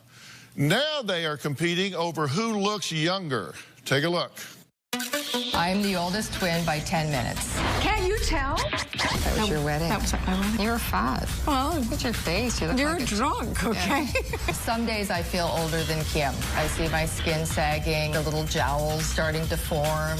We lived with stress all our lives because we were a military family, so we were constantly moving. When we were kids, there was a lot of competition. It was academic. We were competing for our father's attention because it wasn't a lot given. Smoking. Our smoking days. We both started smoking in grade 7. It was just a normal thing to do. When I look in the mirror and remember the really stupid things I did, laying in the sun, pouring baby oil all over us, staying out very late at night, partying. Let's face it, you do drink a little more than I do. Oh, there's a good one, Karen, drinking. I mean, seriously, they named an aisle after her at the liquor store. I'm in the 3rd act of my life. I know I can't stop the aging process, but I know I can potentially slow it down. I would like to stop it. There is the damage there that could be repaired and maybe stopped in its tracks. Well, in order to look great, you have to feel great. So I sent beauty expert Jamie Krell to give Karen and Kim some advice. I have heard you're both a little bit anxious about an upcoming birthday. We are turning 60 this year, and we are very anxious. Probably some of that anxiety is coming from your concerns with regards to aging. How do we not dress too old and too outdated? Absolutely stay away from anything that's too loose and baggy. I really recommend bright, bold, jewel tone colors. Amethyst purple, a ruby red, a turquoise. Don't wear your entire jewelry box. Stick to one statement standout piece. You used to spend a lot of time in the sun, right? And we tanned with baby oil. That exposure is actually 90% of the cause of premature skin aging. As you can see, the wrinkles are all there. So, how do we get rid of the wrinkles? You really need to stick to a wonderful skincare regimen. It's just so overwhelming shopping for products. There is actually a product that's so easy to use. This is new from Boots No. 7. It's called the Protect and Perfect Intense Advanced Serum. When this product launched over in the UK, they sold one every 10 seconds. Wow, that is amazing. This is clinically proven to reduce the appearance of lines and wrinkles in just 4 weeks. And you can get it right at Target for less than $30. That is awesome. I want to start you on your skincare regimen. I want you to use these every single day, morning and evening, and we're going to give you both a year's supply. Oh, amazing. This is terrific. Thank you. Of course. Happy birthday, ladies. Okay, welcome beauty expert Jamie Krell. So what are some of the biggest problems that you see in regard to skincare? Probably the biggest problem I see is that women are just not consistent. It is so important to stick to a routine. That's why I always recommend incorporating a serum, because it's really easy to use and it really is a game changer in transforming your skin. Now, my favorite, of course, is from Boots number 7. It's called Protect and Perfect Intense Advanced Serum. Now, the UK actually just did a study, and they found this is the UK's first serum clinically proven to deliver anti-wrinkle and anti-aging results that only continue to get better and better over time. And of course, probably the last problem that I see far too often is high levels of stress. And of course, stress negatively affects not just our skin, but our sleeping patterns and our entire body as well. You really can take years off your life if you reduce stress. It's amazing if you change your sleep, your diet, your mood. Your whole body's chemistry changes when you lower your stress levels. It's astounding to me. People don't really pay attention to how much stress accumulates throughout the day. And diseases are associated with it, hypertension, heart disease. I mean, all kinds of things trigger up for stress. So there's absolutely should be no surprise that it manifests in our appearance. I mean, the fact that we're all scrunched up and everything has an effect. So how are these tips working out for Karen and Kim? How are you guys doing? Well, we're feeling very inspired, and we're wearing bright colors. Yeah. And last night we got a ton of sleep. And we are so ready to celebrate our 60th birthday. Yeah. Yeah. Well, we want everyone here to feel inspired, too, so the whole audience is going home with Boots Serum today, okay? Thanks to Jamie and the folks at Boots number 7, and, of course, a big happy birthday to you two. So we'll see you next time. Jamie, thank you so much. Thank you. All right, bye. Thanks, guys. Thanks, girls. See you. Happy birthday. Happy birthday. See you guys.